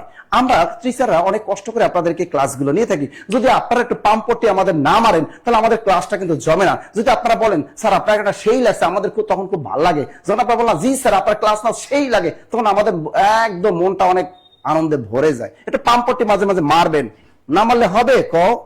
এই তো তুলিকা তুলি বলছে দারুণ, এই তো আমার খুব ভালো লাগছে, খুব ভালো লাগছে, খুব ভালো লাগছে, খুব ভালো লাগছে, তাই না? এবার দেখো ফরুক আহমদের গ্রন্থ কোনটি? এই যে চমৎকার একজন রাইটার, বাংলাদেশে মুসলিম সাহিত্যে চমৎকার একজন রাইটার, তিনি হলেন আমাদের ফরুক আহমেদ। এই ফরুক আহমেদ সম্পর্কে বিস্তারিত কিন্তু আপনারা পড়বেন, কারণ যে কোনো পরীক্ষায় এই ফরুক আহমেদ সম্পর্কে কিন্তু ধরবে, কারণ তাকে বলা হয় মুসলিম রেনেসার কবি। বাংলা সাহিত্যের মুসলিম রেনেসার কবিকে লেখেন মুসলিম রেনেসার কবি, মুসলিম রেনেসার কবি। তা মুসলিম রেনেসার কবি বাংলা সাহিত্যে দুইজন, এক নম্বরে হলো ফরুক আহমেদ, এক নম্বরে হলো ফরুক আহমেদ, এক নম্বরে ফরুক আহমেদ, দুই নম্বর কি গোলাম মোস্তফা, গোলাম মোস্তফা, গোলাম মোস্তফা। এই দুজন কি বলা হয় মূলত বাংলা সাহিত্যে মুসলিম রেনেসার কবি। তবে পরীক্ষায় যদি অপশনে ফরুক আহমেদ এবং গোলাম মোস্তফা দুজনে যদি থাকে, তবে অবশ্যই আপনি টিক দিবেন ফরুক আহমেদ, ফরুক আহমেদ। কোনো কারণে যদি এই ব্যক্তি না থাকেন, সেক্ষেত্রে আপনি এই গোলাম মোস্তফায় টিক দিয়ে চলে আসবেন। তাহলে এখন তিনি পরীক্ষায় প্রশ্ন আসছে, এই ফরুক আহমদের গ্রন্থ কোনটি? হরফের ছড়া নাকি বর্ণশিক্ষা নাকি বর্ণ পরিচয় নাকি সহজ ছড়া? আপনারা টস টস করে উত্তরটা দিয়ে ফেলেছেন, হরফের ছড়া, হরফের ছড়া, হরফের ছড়া। উত্তরটা কি হবে? হরফের ছড়া, হরফের ছড়া। দ্রুত দ্রুত দ্রুত দ্রুত দ্রুত লেখেন, দ্রুত লেখেন। লিখছি সবাই? ওকে ওকে ওকে ওকে। আমরা দেখি তাহলে পরের প্রশ্নটা কি আসতে পারে। কোন শব্দে দিশর ধ্বনি আছে?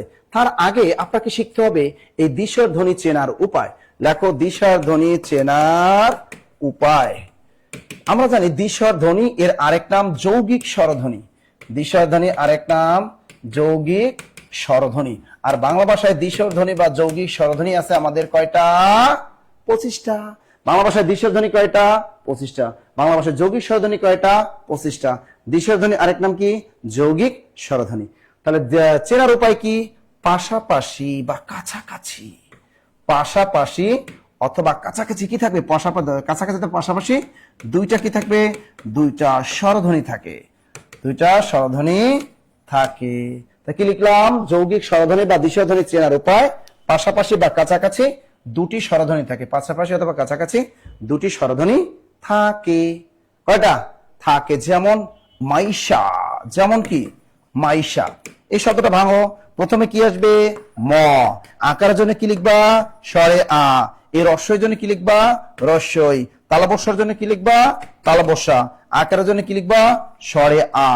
এই যে দেখো কাছাকাছি কাছাকাছি কাছাকাছি বা পাশাপাশি দুইটা স্বরধ্বনি আছে, সুতরাং মাইশা শব্দের ভিতরে কি আছে? এই দিশর ধ্বনি বা যৌগিক স্বরধ্বনি আছে। আবার অনেকের গার্লফ্রেন্ডের নাম আছে শিউলি, আবার অনেকের গার্লফ্রেন্ডের নাম আছে পিউলি। এই যে শিউলি, প্রথম কি? তালবস্যা, এবার কি? এ রস্যইকার, এবার কি? রস্যু, এবার কি? ল, এরপর কি? রস্যই। এই যে দেখো শিউলি, তাহলে শিউলির ভিতরে কি আছে? দিশর ধ্বনি আছে, আছে, আছে না? এরকম কিন্তু দিশর ধ্বনিগুলো বের করতে হয়। এবার দেখি আমাদের শিউলির বোন পিউলি, শিউলির বোন পিউলিতে আছে কিনা দেখি। প্রথমে কি প, এবার কি রস্যু, এবার কি রস্যু, এরপর কি ল, এবার কি রস্যই। কি হবে? আল্লাহ, তুমি কই গেলা? এই যে দেখো, এই যে দেখো রস্যই। তোমার জন্য মরতে পারি ও সুন্দরী তুমি গলার মালা, এই যে দেখো তোমার জন্য আনছি আর শিকলা, কন্যা ফিরিয়া চাও। এই যে দেখো পিউলি, তাই এই যে শিউলির বোন পিউলি, এর ভিতরে কিন্তু দ্বিস্বরধ্বনি আছে। তাহলে আমরা এই শব্দগুলো ভেঙে ভেঙে তারপর কিন্তু আমরা বের করব। স্যার আমার মেয়ের নাম মাইশা। ওয়াও, টিউলি, হ্যাঁ টিউলির ভিতরে হবে, টিউলির ভিতরেও হবে। এখন দেখো তুমি একবার ভাঙো, এখন এই শব্দগুলো তুমি ভাঙো। এখানে আছে তিসি, আছে মালি, আছে লাউ, আছে মেয়ে। এটা কিন্তু নবম দশম শ্রেণীর নতুন বোর্ড বই থেকে প্রশ্নটা করছে কিন্তু। এখন দেখো এখানে মেয়ে, মালি, তিসি এগুলো নাই, আছে লাউ। একটু লাউ খাও তো। তাহলে লয়কার লা, রসু লাউ। প্রথমে কি ল প্লাস আকারের জন্য লিখবা স্বরে আ, এরপর আছে কি রসু লাউ। সুতরাং উত্তরটা হবে লাউ। মনে থাকবে? এই দ্বিস্বরধ্বনি বা যৌগিক স্বরধ্বনি চিনবেন? তার বাংলা ভাষায় দ্বিস্বরধ্বনি বা যৌগিক স্বরধ্বনি কয়টি? 25টি। কিন্তু বাংলা ভাষায় দ্বিস্বর বর্ণ বা যৌগিক স্বরবর্ণ কিন্তু 2টা। লেখো বাংলা ভাষায় দ্বিস্বর বর্ণ বা যৌগিক স্বরবর্ণ কয়টা? বাংলা ভাষায় দ্বিস্বর বর্ণ যদি বলি, অথবা যৌগিক স্বরবর্ণ, অথবা যৌগিক স্বরবর্ণ, বাংলা ভাষায় দ্বিস্বর বর্ণ অথবা যৌগিক স্বরবর্ণ কয়টা? উত্তর হবে 2টি। উত্তর হবে কয়টি? 2টি। একটা হলো ওই, আর একটা হলো ও। ওই, ও প্লাস রস্যই ওই, আর হলো ও প্লাস রস্যু ও। দ্রুত লেখো, দ্রুত দ্রুত দ্রুত দ্রুত দ্রুত। কাহুলি নাই? হ্যাঁ কাহুলি হবে। কাহুলি হবে না কেন? ওয়াল্লা 10টা কত বাজে রে? বেশি বাজে নাই তাই না? 10টা 14 বাজে তাই না? চলবে, ক্লাস চলবে, কোনো সমস্যা নেই, শোনার কারণ নাই। লিখছে লিখছে লিখছেন, সাদের লাউ বানাইলে মোরে বৈরাগী। ছোটবেলায় গানটা অনেক শুনতাম। সাদের লাউ বানাইলো মোরে বৈরাগী, চমৎকার একটা গান। তিনি কথা বললেন না, আবার অস্তিবাচক আসছে দেখছেন, তিনি কথা বললেন না, এটা নেগেটিভ ওয়ার্ড আছে, তার মানে এটা নেগেটিভ বাক্য। এটাকে পজিটিভ করেন, তিনি কথা বললেন না, পজিটিভ বাক্য কি হবে? তিনি কথা বললেন না, তার মানে কি? তিনি কথা না বলে থাকতে, এটা পজিটিভ বাক্য কি হবে? অস্তিত্ব কি? নেগেটিভ অর্থ থাকতেই পারবেন না।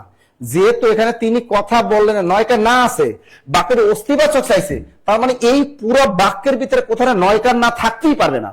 এখানে নয়কার না আছে, নয়কার না থাকতে পারবে কিন্তু আছে আছে, কারণ ওই ঘুরে নয়কার না থাকতেও পারে, থাকতেও পারে, কারণ বাক্যটা ওই যদি পজিটিভ করে যদি মারি একটু থাকতেও পারে। দ্রুত বলেন। স্যার ক্লাস চলবে, কেউ চাপ নিয়েন না। হ্যাঁ ক্লাস চলবে, কেউ চাপ। তিনি চুপ করে থাকলেন। এখন দেখেন তিনি কথা বললেন না, তার মানেটা কি? আমি বলবো এই তিনি কিন্তু কথা বলতেছেন, তার মানে কি তিনি চুপ করে রয়েছেন। তিনি কথা বললেন না, তার মানে তিনি চুপ করে রয়েছেন, এটাই তো। উত্তরটা কি হবে? তিনি নীরব থাকতে চেষ্টা করলেন, তিনি চুপ করে থাকলেন, এইটাই হবে। তিনি চুপ করে থাকলেন। তিনি গ্রামের নওজোয়ান হিন্দু মুসলমান মিলিয়া মৌলা গানার মুর্শিদি গাইতাম আমরা, মিলিয়া মৌলা গানার মুর্শিদি গাইতাম, আগে কি সুন্দর দিন কাটাইতাম আমরা, আগে কি সুন্দর দিন কাটাইতাম। অন্তর্ভুক্তিমূলক শব্দ উচ্চারণে কয়টি অক্ষর পাওয়া যায়? 48তম বিশেষ পরীক্ষার প্রশ্ন। এগুলো যে কতবার আমি আপনাদেরকে শিখিয়েছি। দেখেন অন্তর্ভুক্তিমূলক শব্দ উচ্চারণে কয়টি অক্ষর পাওয়া যায়। সাধারণত অক্ষর নির্ণয় টেকনিকটা আমি কিন্তু শিখেছিলাম আপনাদেরকে, যে আমরা যখন যে শব্দটা পরীক্ষা হলে দিবে, যত কঠিন শব্দ দেখ না কারণ ওইটা আমরা বাংলিশ করে ফেলবো। কি করে ফেলবো? বাংলিশ করে ফেলবো। আমরা যেরকম চ্যাটিং করি, বাবু খাইছো, আমরা লিখি না বাবু খাইছো, বিয়ে বা বিবু বাবু, কেস এআই খাই এসেছো, বাবু খাইছো, এটা বলি না? তা বাবু শব্দের ভিতরে ভাওয়াল আছে কয়টা? একটা দুইটা। সুতরাং বাবু শব্দের অক্ষর আছে কয়টা? দুইটা। খাইছো শব্দের ভিতরে ভাওয়াল আছে কয়টা? একটা দুইটা তিনটা। তবে পাশাপাশি দুইটা ভাওয়াল থাকলে একটা ধরতে হবে।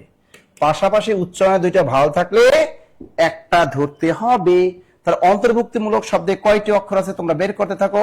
এরকম আরো একটা আসে শব্দ, নাতিশি, তোষ্ণ, মন্ডল। এই শব্দটিতে কয়টি অক্ষর আছে? তুমি এটা খাস বাংলা এভাবে তুমি প্রেম করবা। এনে না, টিআইতি নাতি, এসাইসি নাতিসি, তিস্তোষ নাতিশীতোষ, এননো নাতিশীতোষ্ণ, এমন মন ডিএল ডোল, নাতিশীতোষ্ণ মন্ডল। ভালো কয়টা? একটা, দুইটা, তিনটা, চারটা, পাঁচটা, ছয়টা, সাতটা। সুতরাং নাতিশীতোষ্ণ মন্ডল শব্দে অক্ষর আছে 7টা। কয়টা? 7টা। তাহলে এবার বলো অন্তর্ভুক্তিমূলক শব্দে কয়টি অক্ষর আছে? অন্তর্ভুক্তিমূলক শব্দে কয়টি আছে বলতে পারবা? বলতে পারবা? বাবু খাইছো? এই যে দেখো, অন্তর্ভুক্তিমূলক এভাবে করো, অন্তর, এ এন অন টি ওয়ার, তর, অন্তর্ভুক্তি, ভি ইউ কে ভুক, টি আই তি, অন্তর্ভুক্তিমূলক, এম ইউ মু এল ওকে লোক, অন্তর্ভুক্তিমূলক। তা ভালো আছে কয়টি? 1 2 3 4 5 6। সুতরাং অন্তর্ভুক্তিমূলক শব্দে অক্ষর আছে 6টি, 6টি, 6টি। নুরুজ্জামান খান স্যার একটা ডিজে সং হবে না বাবু, আমি ডিজে সং পারি না। এই অক্ষর পারবা কারা কারা? অক্ষর কারা কারা পারবা? পারবা কারা কারা? পারবেন তো? পারবেন তো? পরীক্ষা শুনেন, যত কঠিন শব্দ দেন না কেন আপনি অ্যাভেলেবেল পারবেন, অ্যাভেলেবেল পারবেন। কঠিন শব্দ দিবে, কঠিন শব্দ দিবে। বাংলাদেশ শব্দে কতটি অক্ষর আছে?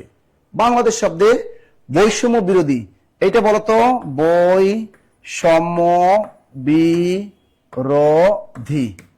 বৈষম্য বিরোধী শব্দে কয়টি অক্ষর আছে? বৈষম্য বিরোধী, বলো বৈষম্য বিরোধী শব্দে কয়টি অক্ষর আছে? বের করো তো। বৈষম্য বিরোধী শব্দে কয়টি অক্ষর আছে? দ্রুত বের করো, দ্রুত দ্রুত। জব মেডিসিনের সাথে থাকেন, এগুলা কোনো ব্যাপার না, বিসিএস কোনো ব্যাপার না, প্রাইমারি কোনো ব্যাপার না, নিবন্ধন কোনো ব্যাপার না, 10 থেকে 20 থেকে কোনো চাকরি কোনো ব্যাপার না। নিয়মিত কালে বেসিক ক্লাস করবেন। বেসিক ক্লাস করেন, আপনাদের অনেক টাকা অনেক জায়গায় খরচ করেন। জব মেডিসিনের যে কোনো একটা কোর্সে ভর্তি হয়ে আপনি আপনার প্রস্তুতিটা গুছিয়ে নেন। আপনি ম্যাথমেটিক্সের ক্লাস গুছিয়ে নেন, ইংরেজি ক্লাস গুছিয়ে নেন, বাংলা ক্লাস গুছিয়ে নেন, জিকে ক্লাস গুছিয়ে নেন, বিজ্ঞান ক্লাস গুছান, আইসিটি ক্লাস গুছিয়ে নেন, দেখবেন আপনার যে কোনো জব পরীক্ষা আপনার কাছে অনেক সহজ মনে হবে। যেসব জায়গায় আপনারা বিভিন্ন প্রান্তে অনেক ব্যস্ততার কারণে আপনারা ক্লাস করতে পারেন না অফলাইনে গিয়ে, আপনারা সেখানে সরাসরি আমাদের অনলাইনে ভর্তি হন। খুব কম টাকায় ভর্তি করাই আমরা, খুবই কম টাকায়। তাহলে বৈষম্য বিরোধী কয়টা পেয়েছেন আপনারা? বলো বলো বলো। বৈষম্য বিরোধী, বৈষম্য বিরোধী। পাশাপাশি দুইটা ভাও থাকলে একটা ধরবা। যেমন যদি বলে ভাই শব্দে কয়টা অক্ষর আছে? ভি এ আই, এর পাশাপাশি দুইটা থাকে একটা ধরবা। অথবা বি এইচ এ আই, ভাই, পাশাপাশি দুইটা ভাও থাকলে একটা ধরতে হবে। কয়টা? একটা।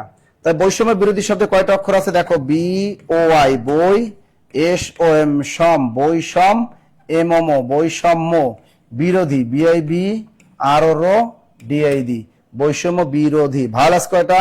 পাশাপাশি দুইটা আছে, ধরবা কয়টা? একটা। তাহলে একটা, দুইটা, তিনটা, চারটা, পাঁচটা, ছয়টা। তাহলে বৈষম্য বিরোধী শব্দেও অক্ষর আছে 6টা। সুমি আক্তার বেবি তোমার হয়নি, রিজনা সরকার তোমারও হয়নি, 6টি। বৈষম্য বিরোধী কয়টা? 6টা, 6টা, 6টা, 6টা, 6টা। দেখো এখানে একটা চমৎকার একটা সহজ প্রশ্ন আসছে 48তম বেসিস পরীক্ষায়। শ্রীকৃষ্ণ কীর্তন কাব্যের প্রথম খণ্ডের নাম কি? জন্মখণ্ড, তাম্বুল খণ্ড, দান খণ্ড নাকি রাধা বিরহ খণ্ড? দ্রুত লেখো। হ্যাঁ, প্রেম শব্দে একটা আছে, জান্নাতুল ফেরদৌস। তোমার মনে এত প্রেম কেন বলো তো? তা শ্রীকৃষ্ণ কীর্তন কাব্যে মোট খণ্ড আছে কয়টা? শ্রীকৃষ্ণ কীর্তন কাব্যের মোট খণ্ড আছে 13টি। কয়টা? 13টি খণ্ড আছে। শ্রীকৃষ্ণ কীর্তন কাব্যে মোট খণ্ড আছে 13টা। দ্রুত লেখো। শ্রীকৃষ্ণ কীর্তন কাব্যের মোট খণ্ড আছে 13টা। 13টা খণ্ড লেখো। 1 নম্বর লেখো জন্মখণ্ড। 1 নম্বর লেখো জন্মখণ্ড। 2 নম্বর কি? দান খণ্ড। 2 নম্বর কি লেখো? দান খণ্ড। খণ্ড কটার নাম লিখে রাখো। 2 নম্বর লেখো তাম্বুল খণ্ড। 2 নম্বর ধারাবাহিকতা বজায় রাখতে হবে। 2 নম্বর লেখো তাম্বুল খণ্ড। 3 নম্বর লেখো দান খণ্ড। দান খণ্ড দ্রুত লেখো। এবার নৌকা খণ্ড। 4 নম্বর লেখো নৌকা খণ্ড। নৌকা খণ্ড। 5 নম্বর লেখো ভার খণ্ড। ভার মানে বোঝা, ভার খণ্ড। 6 নম্বর লেখো ছত্রখণ্ড। 6 নম্বরে ছত্রখণ্ড, ছত্রখণ্ড। 7 নম্বরে বৃন্দাবন খণ্ড। তাহলে 1 নম্বরে কি জন্মখণ্ড, 2 নম্বরে তাম্বুল খণ্ড, তাম্বুল অর্থ পান, 3 নম্বরে দান খণ্ড, দান মানে বিনিময়, 4 নম্বরে নৌকা খণ্ড, 5 নম্বরে ভার খণ্ড, ভার মানে বোঝা, 6 নম্বরে ছত্র খণ্ড, ছত্র মানে ছাতা, 7 নম্বরে হলো বৃন্দাবন খণ্ড, বৃন্দাবন শব্দের অর্থ হলো তুলসী বন, 8 নম্বরে কালীয় দমন খণ্ড, 8 নম্বরে কালীয় দমন খণ্ড, কালীয় দমন খণ্ড, 9 নম্বরে যমুনা খণ্ড, 9 নম্বরে যমুনা খণ্ড, দ্রুত লেখো যমুনা খণ্ড। এবার 10 নম্বর লেখো হার খণ্ড, হয়কার হার, হার খণ্ড। 11 নম্বর লেখো বান খণ্ড, বান, বান খণ্ড। 12 নম্বর লেখো বংশী খণ্ড এবং 13 নম্বর লেখো বিরহ খণ্ড, অর্থাৎ রাধা বিরহ খণ্ড। অনেকদিন স্যার শ্রীকৃষ্ণ কীর্তন পড়ানো হয় না, আশা পড়াবো না একদিন। এমনি বিদ্যুৎ থাকে না গ্রামগঞ্জে, এর ভিতরে যদি হট টপিক পড়াই তাতে তোমরা আরো গরম লাগবো। এই শ্রীকৃষ্ণ কীর্তন এমনি একটা হট টপিক, আবার এমনি তোমাদের গ্রামগঞ্জে বিদ্যুৎ থাকে না, এরপর যদি শ্রীকৃষ্ণ কীর্তন রাতের বেলা পড়াই তো রাতে ঘুমাইতেই পারবা না, পুরো হট হয়ে যাবা, পুরো হট হয়ে যাবা। ঠিক আছে, শ্রীকৃষ্ণ কীর্তন পড়াইতে হবে শীতের দিনে। তাহলে শ্রীকৃষ্ণ কীর্তন কাব্যে মোট খণ্ড আছে কয়টিতে? 1 নম্বর কি জন্মখণ্ড, 2 নম্বরে কি তাম্বুল খণ্ড, তাম্বুল অর্থ কি পান, 3 নম্বরে দান খণ্ড, দান মানে কি বিনিময়, 4 নম্বরে কি নৌকা খণ্ড, 5 নম্বরে ভার খণ্ড, ভার মানে বোঝা, 6 নম্বরে ছত্র খণ্ড, ছত্র মানে ছাতা, 7 নম্বরে বৃন্দাবন খণ্ড, বৃন্দাবন শব্দের অর্থ তুলসী বন, কালীয় দমন মানে কালী নাগ নাম একটা সাপের নাম, কালীয় দমন খণ্ড, 9 নম্বরে যমুনা খণ্ড, 10 নম্বরে হার খণ্ড, হার মানে গলার হার। ঠিক আছে, 1 নম্বরে বান খণ্ড, যে মানুষে বান মারে না ওইটা, বান মানে তীর, আর 12 নম্বরে বংশী খণ্ড, 13 নম্বরে রাধা বিরহ খণ্ড। লেখা শেষ, লেখা শেষ হলে ডান লেখো, লেখা শেষ হলে ডান লেখো। এই মোট খণ্ড আছে কয়টা? 13টা। ব্যাংক নিয়োগ পরীক্ষায় কিন্তু এই খণ্ডগুলোর নাম আসে। বিবৃত স্বরধ্বনি কোনটা? দেখো বিবৃত স্বরধ্বনি, আমরা জানি বাংলা ভাষায় এই বিবৃত স্বরধ্বনি চেয়েছে। আমরা জানি বাংলা ভাষায় স্বরধ্বনি কয়টা? 7টা। বাংলা ভাষায় আমরা জানি, বাংলা ভাষায় আমাদের স্বরধ্বনি কয়টা? স্বরধ্বনি আছে 7টি। 7টা স্বরধ্বনি কি? অ, আ, ই, উ, এ, ও, আর একটা কি? এ। এ বাংলা স্বরধ্বনি কয়টা? 7টা। এবার দেখো বাংলা ভাষায় অর্ধ স্বরধ্বনি কয়টা? বাংলা ভাষায় অর্ধ স্বরধ্বনি, বাংলা ভাষায় অর্ধ স্বরধ্বনি কয়টা? 4টি। কয়টা? 4টি। একটা হলো রস্বই, রস্যু, এ, আর একটা কি? ও। এই 4টা অর্ধ স্বরধ্বনি। এবার দেখো বাংলা ভাষায় সংবৃত স্বরধ্বনি কয়টা? সংবৃত স্বরধ্বনি, বাংলা সংবৃত স্বরধ্বনি কয়টা? 2টা। কয়টা? 2টা। কি কি? একটা রস্বই আর একটা রস্যু, এগুলো সংবৃত স্বরধ্বনি। এবার দেখো বাংলা ভাষায় বিবৃত স্বরধ্বনি কয়টা? বিবৃত স্বরধ্বনি একটা। কয়টা? একটা। সেটা কি? স্বরে আ, স্বরে আ, অর্থাৎ এই ধ্বনিটা উচ্চারণ করতে ঠোঁট একেবারে বেশি খোলা থাকে, আ, একেবারে বেশি খোলা থাকে, স্বরে আ। এটা হলো বিবৃত স্বরধ্বনি। তো পরীক্ষা কি বলেছে? বিবৃত স্বরধ্বনি বলতে কি বোঝায়? যে স্বরধ্বনি উচ্চারণে ঠোঁট একেবারে বেশি খোলা থাকে, আ, একদম বেশি, তাই না? অর্ধ স্বরধ্বনি রস্বই, রস্যু, এ, ও, এগুলো এতটা অর্ধেক খোলা থাকে। আবার সংবৃত মানে এই দুটো ধ্বনি উচ্চারণ তুলনামূলক কম খোলা থাকে, যেমন ই, উ। আর যখনই বললাম বিবৃত স্বরধ্বনি বাংলা ভাষায় কয়টা আছে? একটা, শুধু আ, অর্থাৎ যে স্বরধ্বনির উচ্চারণে ঠোঁট সবচেয়ে বেশি খোলা থাকে, তাই না? যে স্বরধ্বনি উচ্চারণে সবচেয়ে বেশি খোলা থাকে সেটাকে বলে বিবৃত স্বরধ্বনি, বিবৃত স্বরধ্বনি, বিবৃত স্বরধ্বনি। ক্লিয়ার?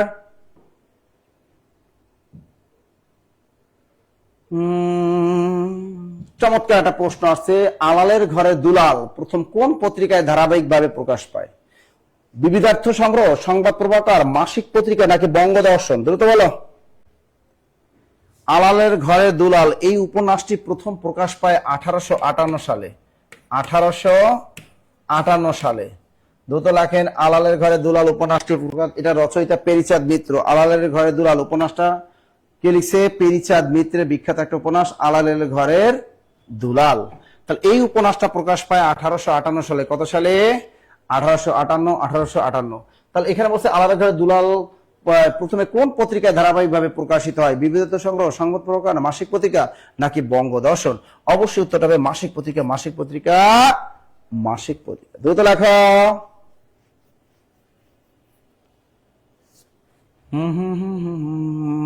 লেখা শেষ, লেখা শেষ। দ্রুত দ্রুত দ্রুত। পরে একটা প্রশ্ন আসছে, সকলে তরে সকলে আমরা প্রত্যেকে আমরা পরের তরে, কোন কবিতার অংশ এটি? কি পরার্থে, নাকি পাছে লোকে কিছু বলে, নাকি বড়কে, নাকি সুখ? দ্রুত বলো দ্রুত বলো। সকলের তরে সকলে আমরা প্রত্যেকে আমরা পরের তরে, দ্রুত লেখো। 47তম বিশেষ পরীক্ষার প্রশ্ন, দ্রুত বলো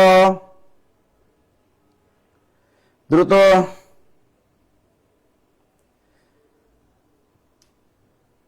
দ্রুত দ্রুত দ্রুত দ্রুত। কামিনী রায়ের বিখ্যাত এই কবিতা কার? কামিনী রায়। কামিনী রায়। কামিনী রায়ের বিখ্যাত কবিতা পরার্থে আর একটা কি? সুখ। এখন দেখো এই দুইটা, এই পরার্থে এবং সুখ, এই দুইটা কবিতায় এই লাইনটা আছে যে সকলের তরে সকলে আমরা প্রত্যেকের আমরা পরের তরে।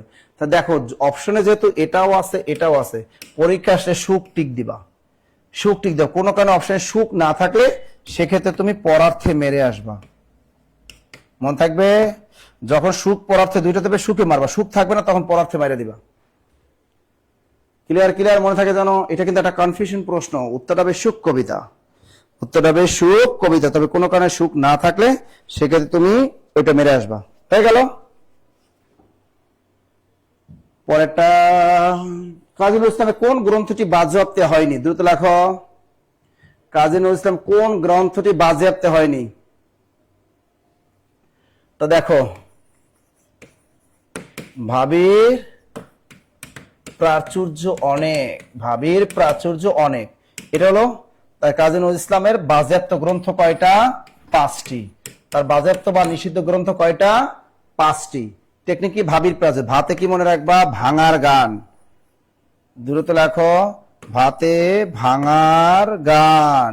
বিতে বিষের বাসি, বিতে বিষের, বিতে বিষের বাসি। প্রতে প্রলয় শিখা, প্রতে প্রলয় শিখা। চতে চন্দ্রবিন্দু, এটা তার বিখ্যাত সঙ্গীত বিষয়ক গ্রন্থ চন্দ্রবিন্দু। যতে যুগবাণী, যতে যুগবাণী। তার টেকনিকটা মনে রাখো। তা কি লিখলাম? যে কাজী নজরুল ইসলামের বাজেয়াপ্ত বা নিষিদ্ধকৃত গ্রন্থ কটা? 5টি।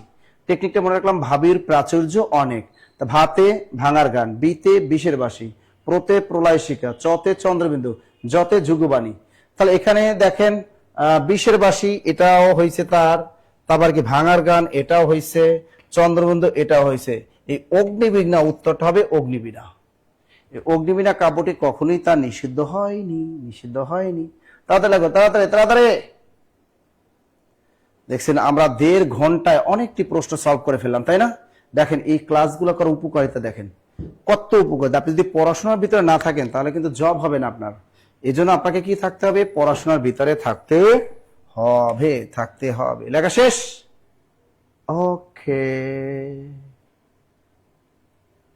দেখো এই যে জসীমউদ্দীনের কবর কবিতাটি কোন কাব্যের অন্তর্গত? বালুচর, রাখালি, ধানক্ষেত, না মাঝে জননী কান্দে? দ্রুত বলো। এটা পারবা কিন্তু। জসীমউদ্দীনের কবর কবিতাটি দ্রুত লাগো কোন কাব্যের অন্তর্গত? দ্রুত বলো। জসীমউদ্দীনের কবর কবিতাটি কোন কাব্যের অন্তর্গত? চমৎকার একটা প্রশ্ন। বালুচর, না রাখালি, ধানক্ষেত, না মাঝে জননী কান্দে? উত্তরটা হবে রাখালি, রাখালি রাখালি। দ্রুত লেখো। রাখালি। তাহলে জসীমউদ্দীনের কবর কবিতাটি কোন কাব্যের অন্তর্গত? রাখালি রাখালি রাখালি। পরের প্রশ্ন আমরা একটু যাই। গৌরীয় প্রাকৃত বলতে কি বোঝায়? একটা জিনিস দেখো, ডক্টর মোহাম্মদ শহীদুল্লাহর মতে বাংলা ভাষার উৎপত্তি হয়েছে কোথা থেকে? গৌরীয় প্রাকৃত থেকে। ডক্টর মোহাম্মদ শহীদুল্লাহর মতে বাংলা ভাষার উৎপত্তি হয়েছে গৌরীয় প্রাকৃত থেকে। আর ডক্টর সুনীতি কুমার মতে বাংলা সাহিত্যের উৎপত্তি হয়েছে মাগধী প্রাকৃত থেকে। আর এই গৌরী প্রাকৃত বলতে আসলে গৌর অঞ্চলের মুখের ভাষাটা কি বোঝানো হয়েছে? মূলত গৌর প্রাকৃত বলতে যে গৌর অঞ্চলের মুখের ভাষাটা কি মূলত বোঝানো হয়েছে। দ্রুত দ্রুত দ্রুত। এখনো অনেক রাত, এখনো অনেক রাত। তা গৌর প্রাকৃত বলতে কি বোঝায়? গৌর অঞ্চলের মুখের ভাষা। আর একটা প্রশ্ন শিখাবো। 1936 সালে কলকাতা বিশ্ববিদ্যালয়ে বাংলা বানান সংস্কার মূল উদ্দেশ্য কি ছিল? আমরা জানি যে কলকাতা বিশ্ববিদ্যালয় প্রথম বানান নিয়ম চালু করে 1936 সালে, আর বাংলা একাডেমি প্রথম বানান নিয়ম চালু করে 1982 সালে। তার বাংলা একাডেমি প্রথম বানান নিয়ম চালু করে কত সালে? 1992 সালে। জুবাল ভাই, সর্বোচ্চ শেয়ারকারী কে? সর্বোচ্চ শেয়ারকারী নামটা দেন। দেখো তো কলকাতা বিশ্ববিদ্যালয় প্রথম বাংলা বানান নিয়ম চালু করে কত সালে? 1936 সালে। তাহলে এখানে তাহলে 1936 সালে কলকাতা বিশ্ববিদ্যালয় বাংলা বানান সমাজের মূল উদ্দেশ্য কি ছিল? বানানের বিকল্প বর্জন করা। বানানের বিকল্প বর্জন করা। দ্রুত লেখো। হ্যাঁ, রাখালের কবর কবিতা রাখালে। দ্রুত লেখো, দ্রুত দ্রুত দ্রুত। তাহলে এটা কি লিখলাম? বানানে বিকল্প বর্জন করা। 1936 সালে কলকাতা বিশ্ববিদ্যালয়ের বানান সমাজের মূল উদ্দেশ্য কি ছিল? বানানের বিকল্প, এটা হবে এটা, বানানের বিকল্প বর্জন করা। বানানের বিকল্প বর্জন করা। ভুল পড়া যাবে না, ভুল পড়লে সমস্যা। এই যে অভিধানে অনুস্বার বিসর্গ চন্দ্রবিন্দু, এই যে দেখো অভিধানে অনুস্বার বিসর্গ চন্দ্রবিন্দু, এই বর্ণগুলো অবস্থান কোথায় থাকে? স্বরবর্ণের আগে নাকি স্বরবর্ণের শেষে নাকি ব্যঞ্জন বর্ণের শেষে নাকি এদের নির্দিষ্ট কোনো অবস্থান নেই? দ্রুত বলো, এগুলো কিন্তু পরীক্ষা আসতে পারে। তা বাংলা অভিধানে অনুস্বার বিসর্গ এবং চন্দ্রবিন্দু এই সর্বগুণের অবস্থা হলো স্বরবর্ণের শেষে। স্বরবর্ণের শেষে, স্বরবর্ণের শেষে। দ্রুত লাগো, দ্রুত দ্রুত। ক্ষুধা লাগছে সবার পেটে, সবার পেটে ক্ষুধা লাগছে, তাই না? ক্ষুধা লাগছে, ওয়াও। এই যে দেখো অজর শব্দের অর্থ কি? অজর মানে কি? অজর মানে কি? আচ্ছা, আজকে আমাদের সর্বোচ্চ শেয়ারকারী নাম ঘোষণা করব। আমরা আপনাদেরকে সর্বোচ্চ শেয়ারকারী নাম আমরা কিন্তু ঘোষণা করব। তার আগে বলবো যে আমাদের কিন্তু 51তম বিসিএস ফাউন্ডেশন ব্যাচের কিন্তু নতুন ব্যাচের ক্লাস আগামীকাল থেকে শুরু হবে। 51তম বিসিএস এর ফাউন্ডেশন ব্যাচের নতুন ব্যাচের ক্লাস আগামীকাল আমার শব্দের শ্রেণী বিভাগ ক্লাস আপনারা করতে পারবেন। তো এটা কিন্তু আপনারা অনলাইন কোর্স পড়তে পারবেন মাত্র 4000 টাকা দিয়ে, এবং এক সেট বই একদম ফ্রি, এক সেট আপডেট বই একদম এই টাকার মধ্যে ফ্রি একেবারে। আমাদের সকল শাখায় কিন্তু এই ভর্তিটা চলতেছে 51তম বিসিএস এর। এরপর আপনি যদি মনে করেন স্যার আমি প্রধান শিক্ষকে ভর্তি হবো, আমি নিবন্ধন কোর্সে ভর্তি হবো, অন্য যে কোনো কোর্সে নিবন্ধন থেকে প্রাইমারি বলেন, আপনি নিবন্ধন বলেন, আপনি প্রাইমারি কোর্স বলেন, ঠিক আছে, ঠিক আছে, আপনি 10 থেকে 20তম গ্রেড বলেন, সকল কোর্সে কিন্তু মেগা সার্কুলার অফার চলতেছে। মাত্র 1650 টাকা দিলেই আপনি কোর্সে ভর্তি হতে পারবেন। হ্যাঁ, এবং সাথে কিন্তু এক সেট বই কিন্তু একদম ফ্রি পাবেন। সকল কোর্সের সাথে বই কিন্তু একদম ফ্রি পাবেন। তো অজর মানে কি? অর্থাৎ যার কোনো মানে নাই, বার্ধক্য নাই, মানে একদম চিরযৌবনা, হ্যাঁ, পুরো হট। তাহলে বিপরীত শব্দ হলো বার্ধক্য। বিপরীত শব্দ হবে বার্ধক্য। বিপরীত শব্দ কি হবে? বার্ধক্য। তাহলে এই সর্বোচ্চ শেয়ারকারীর নাম ঘোষণা করব, কিন্তু সর্বোচ্চ শেয়ারকারীর নাম ঘোষণা করব, কিন্তু সর্বোচ্চ শেয়ারকারীর নাম কিন্তু ঘোষণা করব। এই যে দেখো সর্বোচ্চ নাম নিত্য তোমার যে ফুল ফুটে ফুল বনে। এখানে নিত্য শব্দের অর্থ কি? এখানে নিত্য শব্দের অর্থ হলো অহরহ, অহরহ, অহরহ। দ্রুত লেখো যে নিত্য তোমার যে ফুল ফুটে ফুল বনে, এখানে নিত্য শব্দের প্রতিশব্দ হলো অহরহ, অহরহ, অহরহ, অহরহ, অহরহ, অহরহ। Clear clear clear clear clear clear clear. দেখো এই প্রশ্নটা কিন্তু অনেক কনফিউশন আছে। কোন কাব্যে আলাউল তার ব্যক্তিগত জীবনের কথা লিখেছিলেন? উত্তর হবে পদ্মাবতী, পদ্মাবতী, পদ্মাবতী, পদ্মাবতী। দ্রুত দ্রুত দ্রুত। উত্তর হবে পদ্মাবতী, পদ্মাবতী, পদ্মাবতী। এটা রাসেল, রাসেল মিম, রাসেল মিম। আজকে সর্বোচ্চ শেয়ারকারী রাসেল মিম।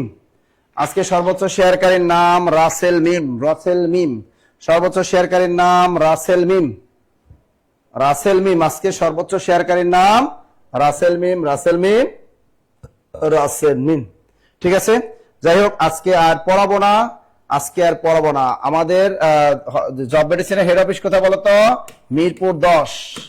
আমাদের মিরপুর 10 হেড অফিস। এছাড়া ঢাকা শহরের আমাদের আরেকটা আছে, সেটা হলো আমাদের দারুন নাজাদের পাশে ডেমরাতে অবস্থিত একটা শাখা আছে আমাদের।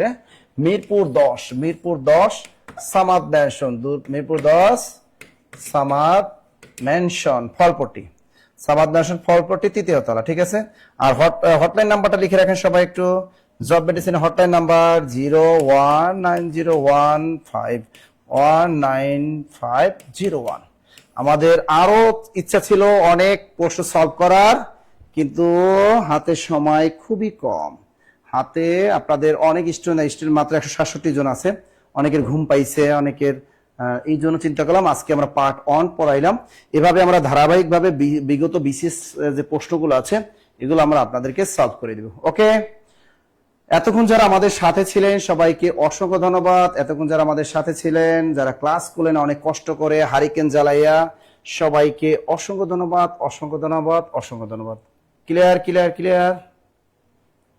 হ্যাঁ, সর্বোচ্চ শেয়ারকারী এই যে রাসেল মিম, সর্বোচ্চ শেয়ারকারীর নাম RSEL, রাসেল মিম, তার আইডির নাম রাসেল মিম। তিনি আজকে ক্যারিয়ার প্লাস বাংলা বই বিজয়ী। আজকে ক্যারিয়ার প্লাস আপডেট নতুন বইটার বিজয়ীর নাম রাসেল মিম, বলে দিয়েছি তো, রাসেল মিম। ভালো থাকবেন, সুস্থ থাকবেন, এই শুভকামনায় আগামীকাল দেখা হচ্ছে নতুন ব্যাচের নতুন ক্লাসে। সেই পর্যন্ত ভালো থাকবেন, সুস্থ থাকবেন, আল্লাহ হাফেজ।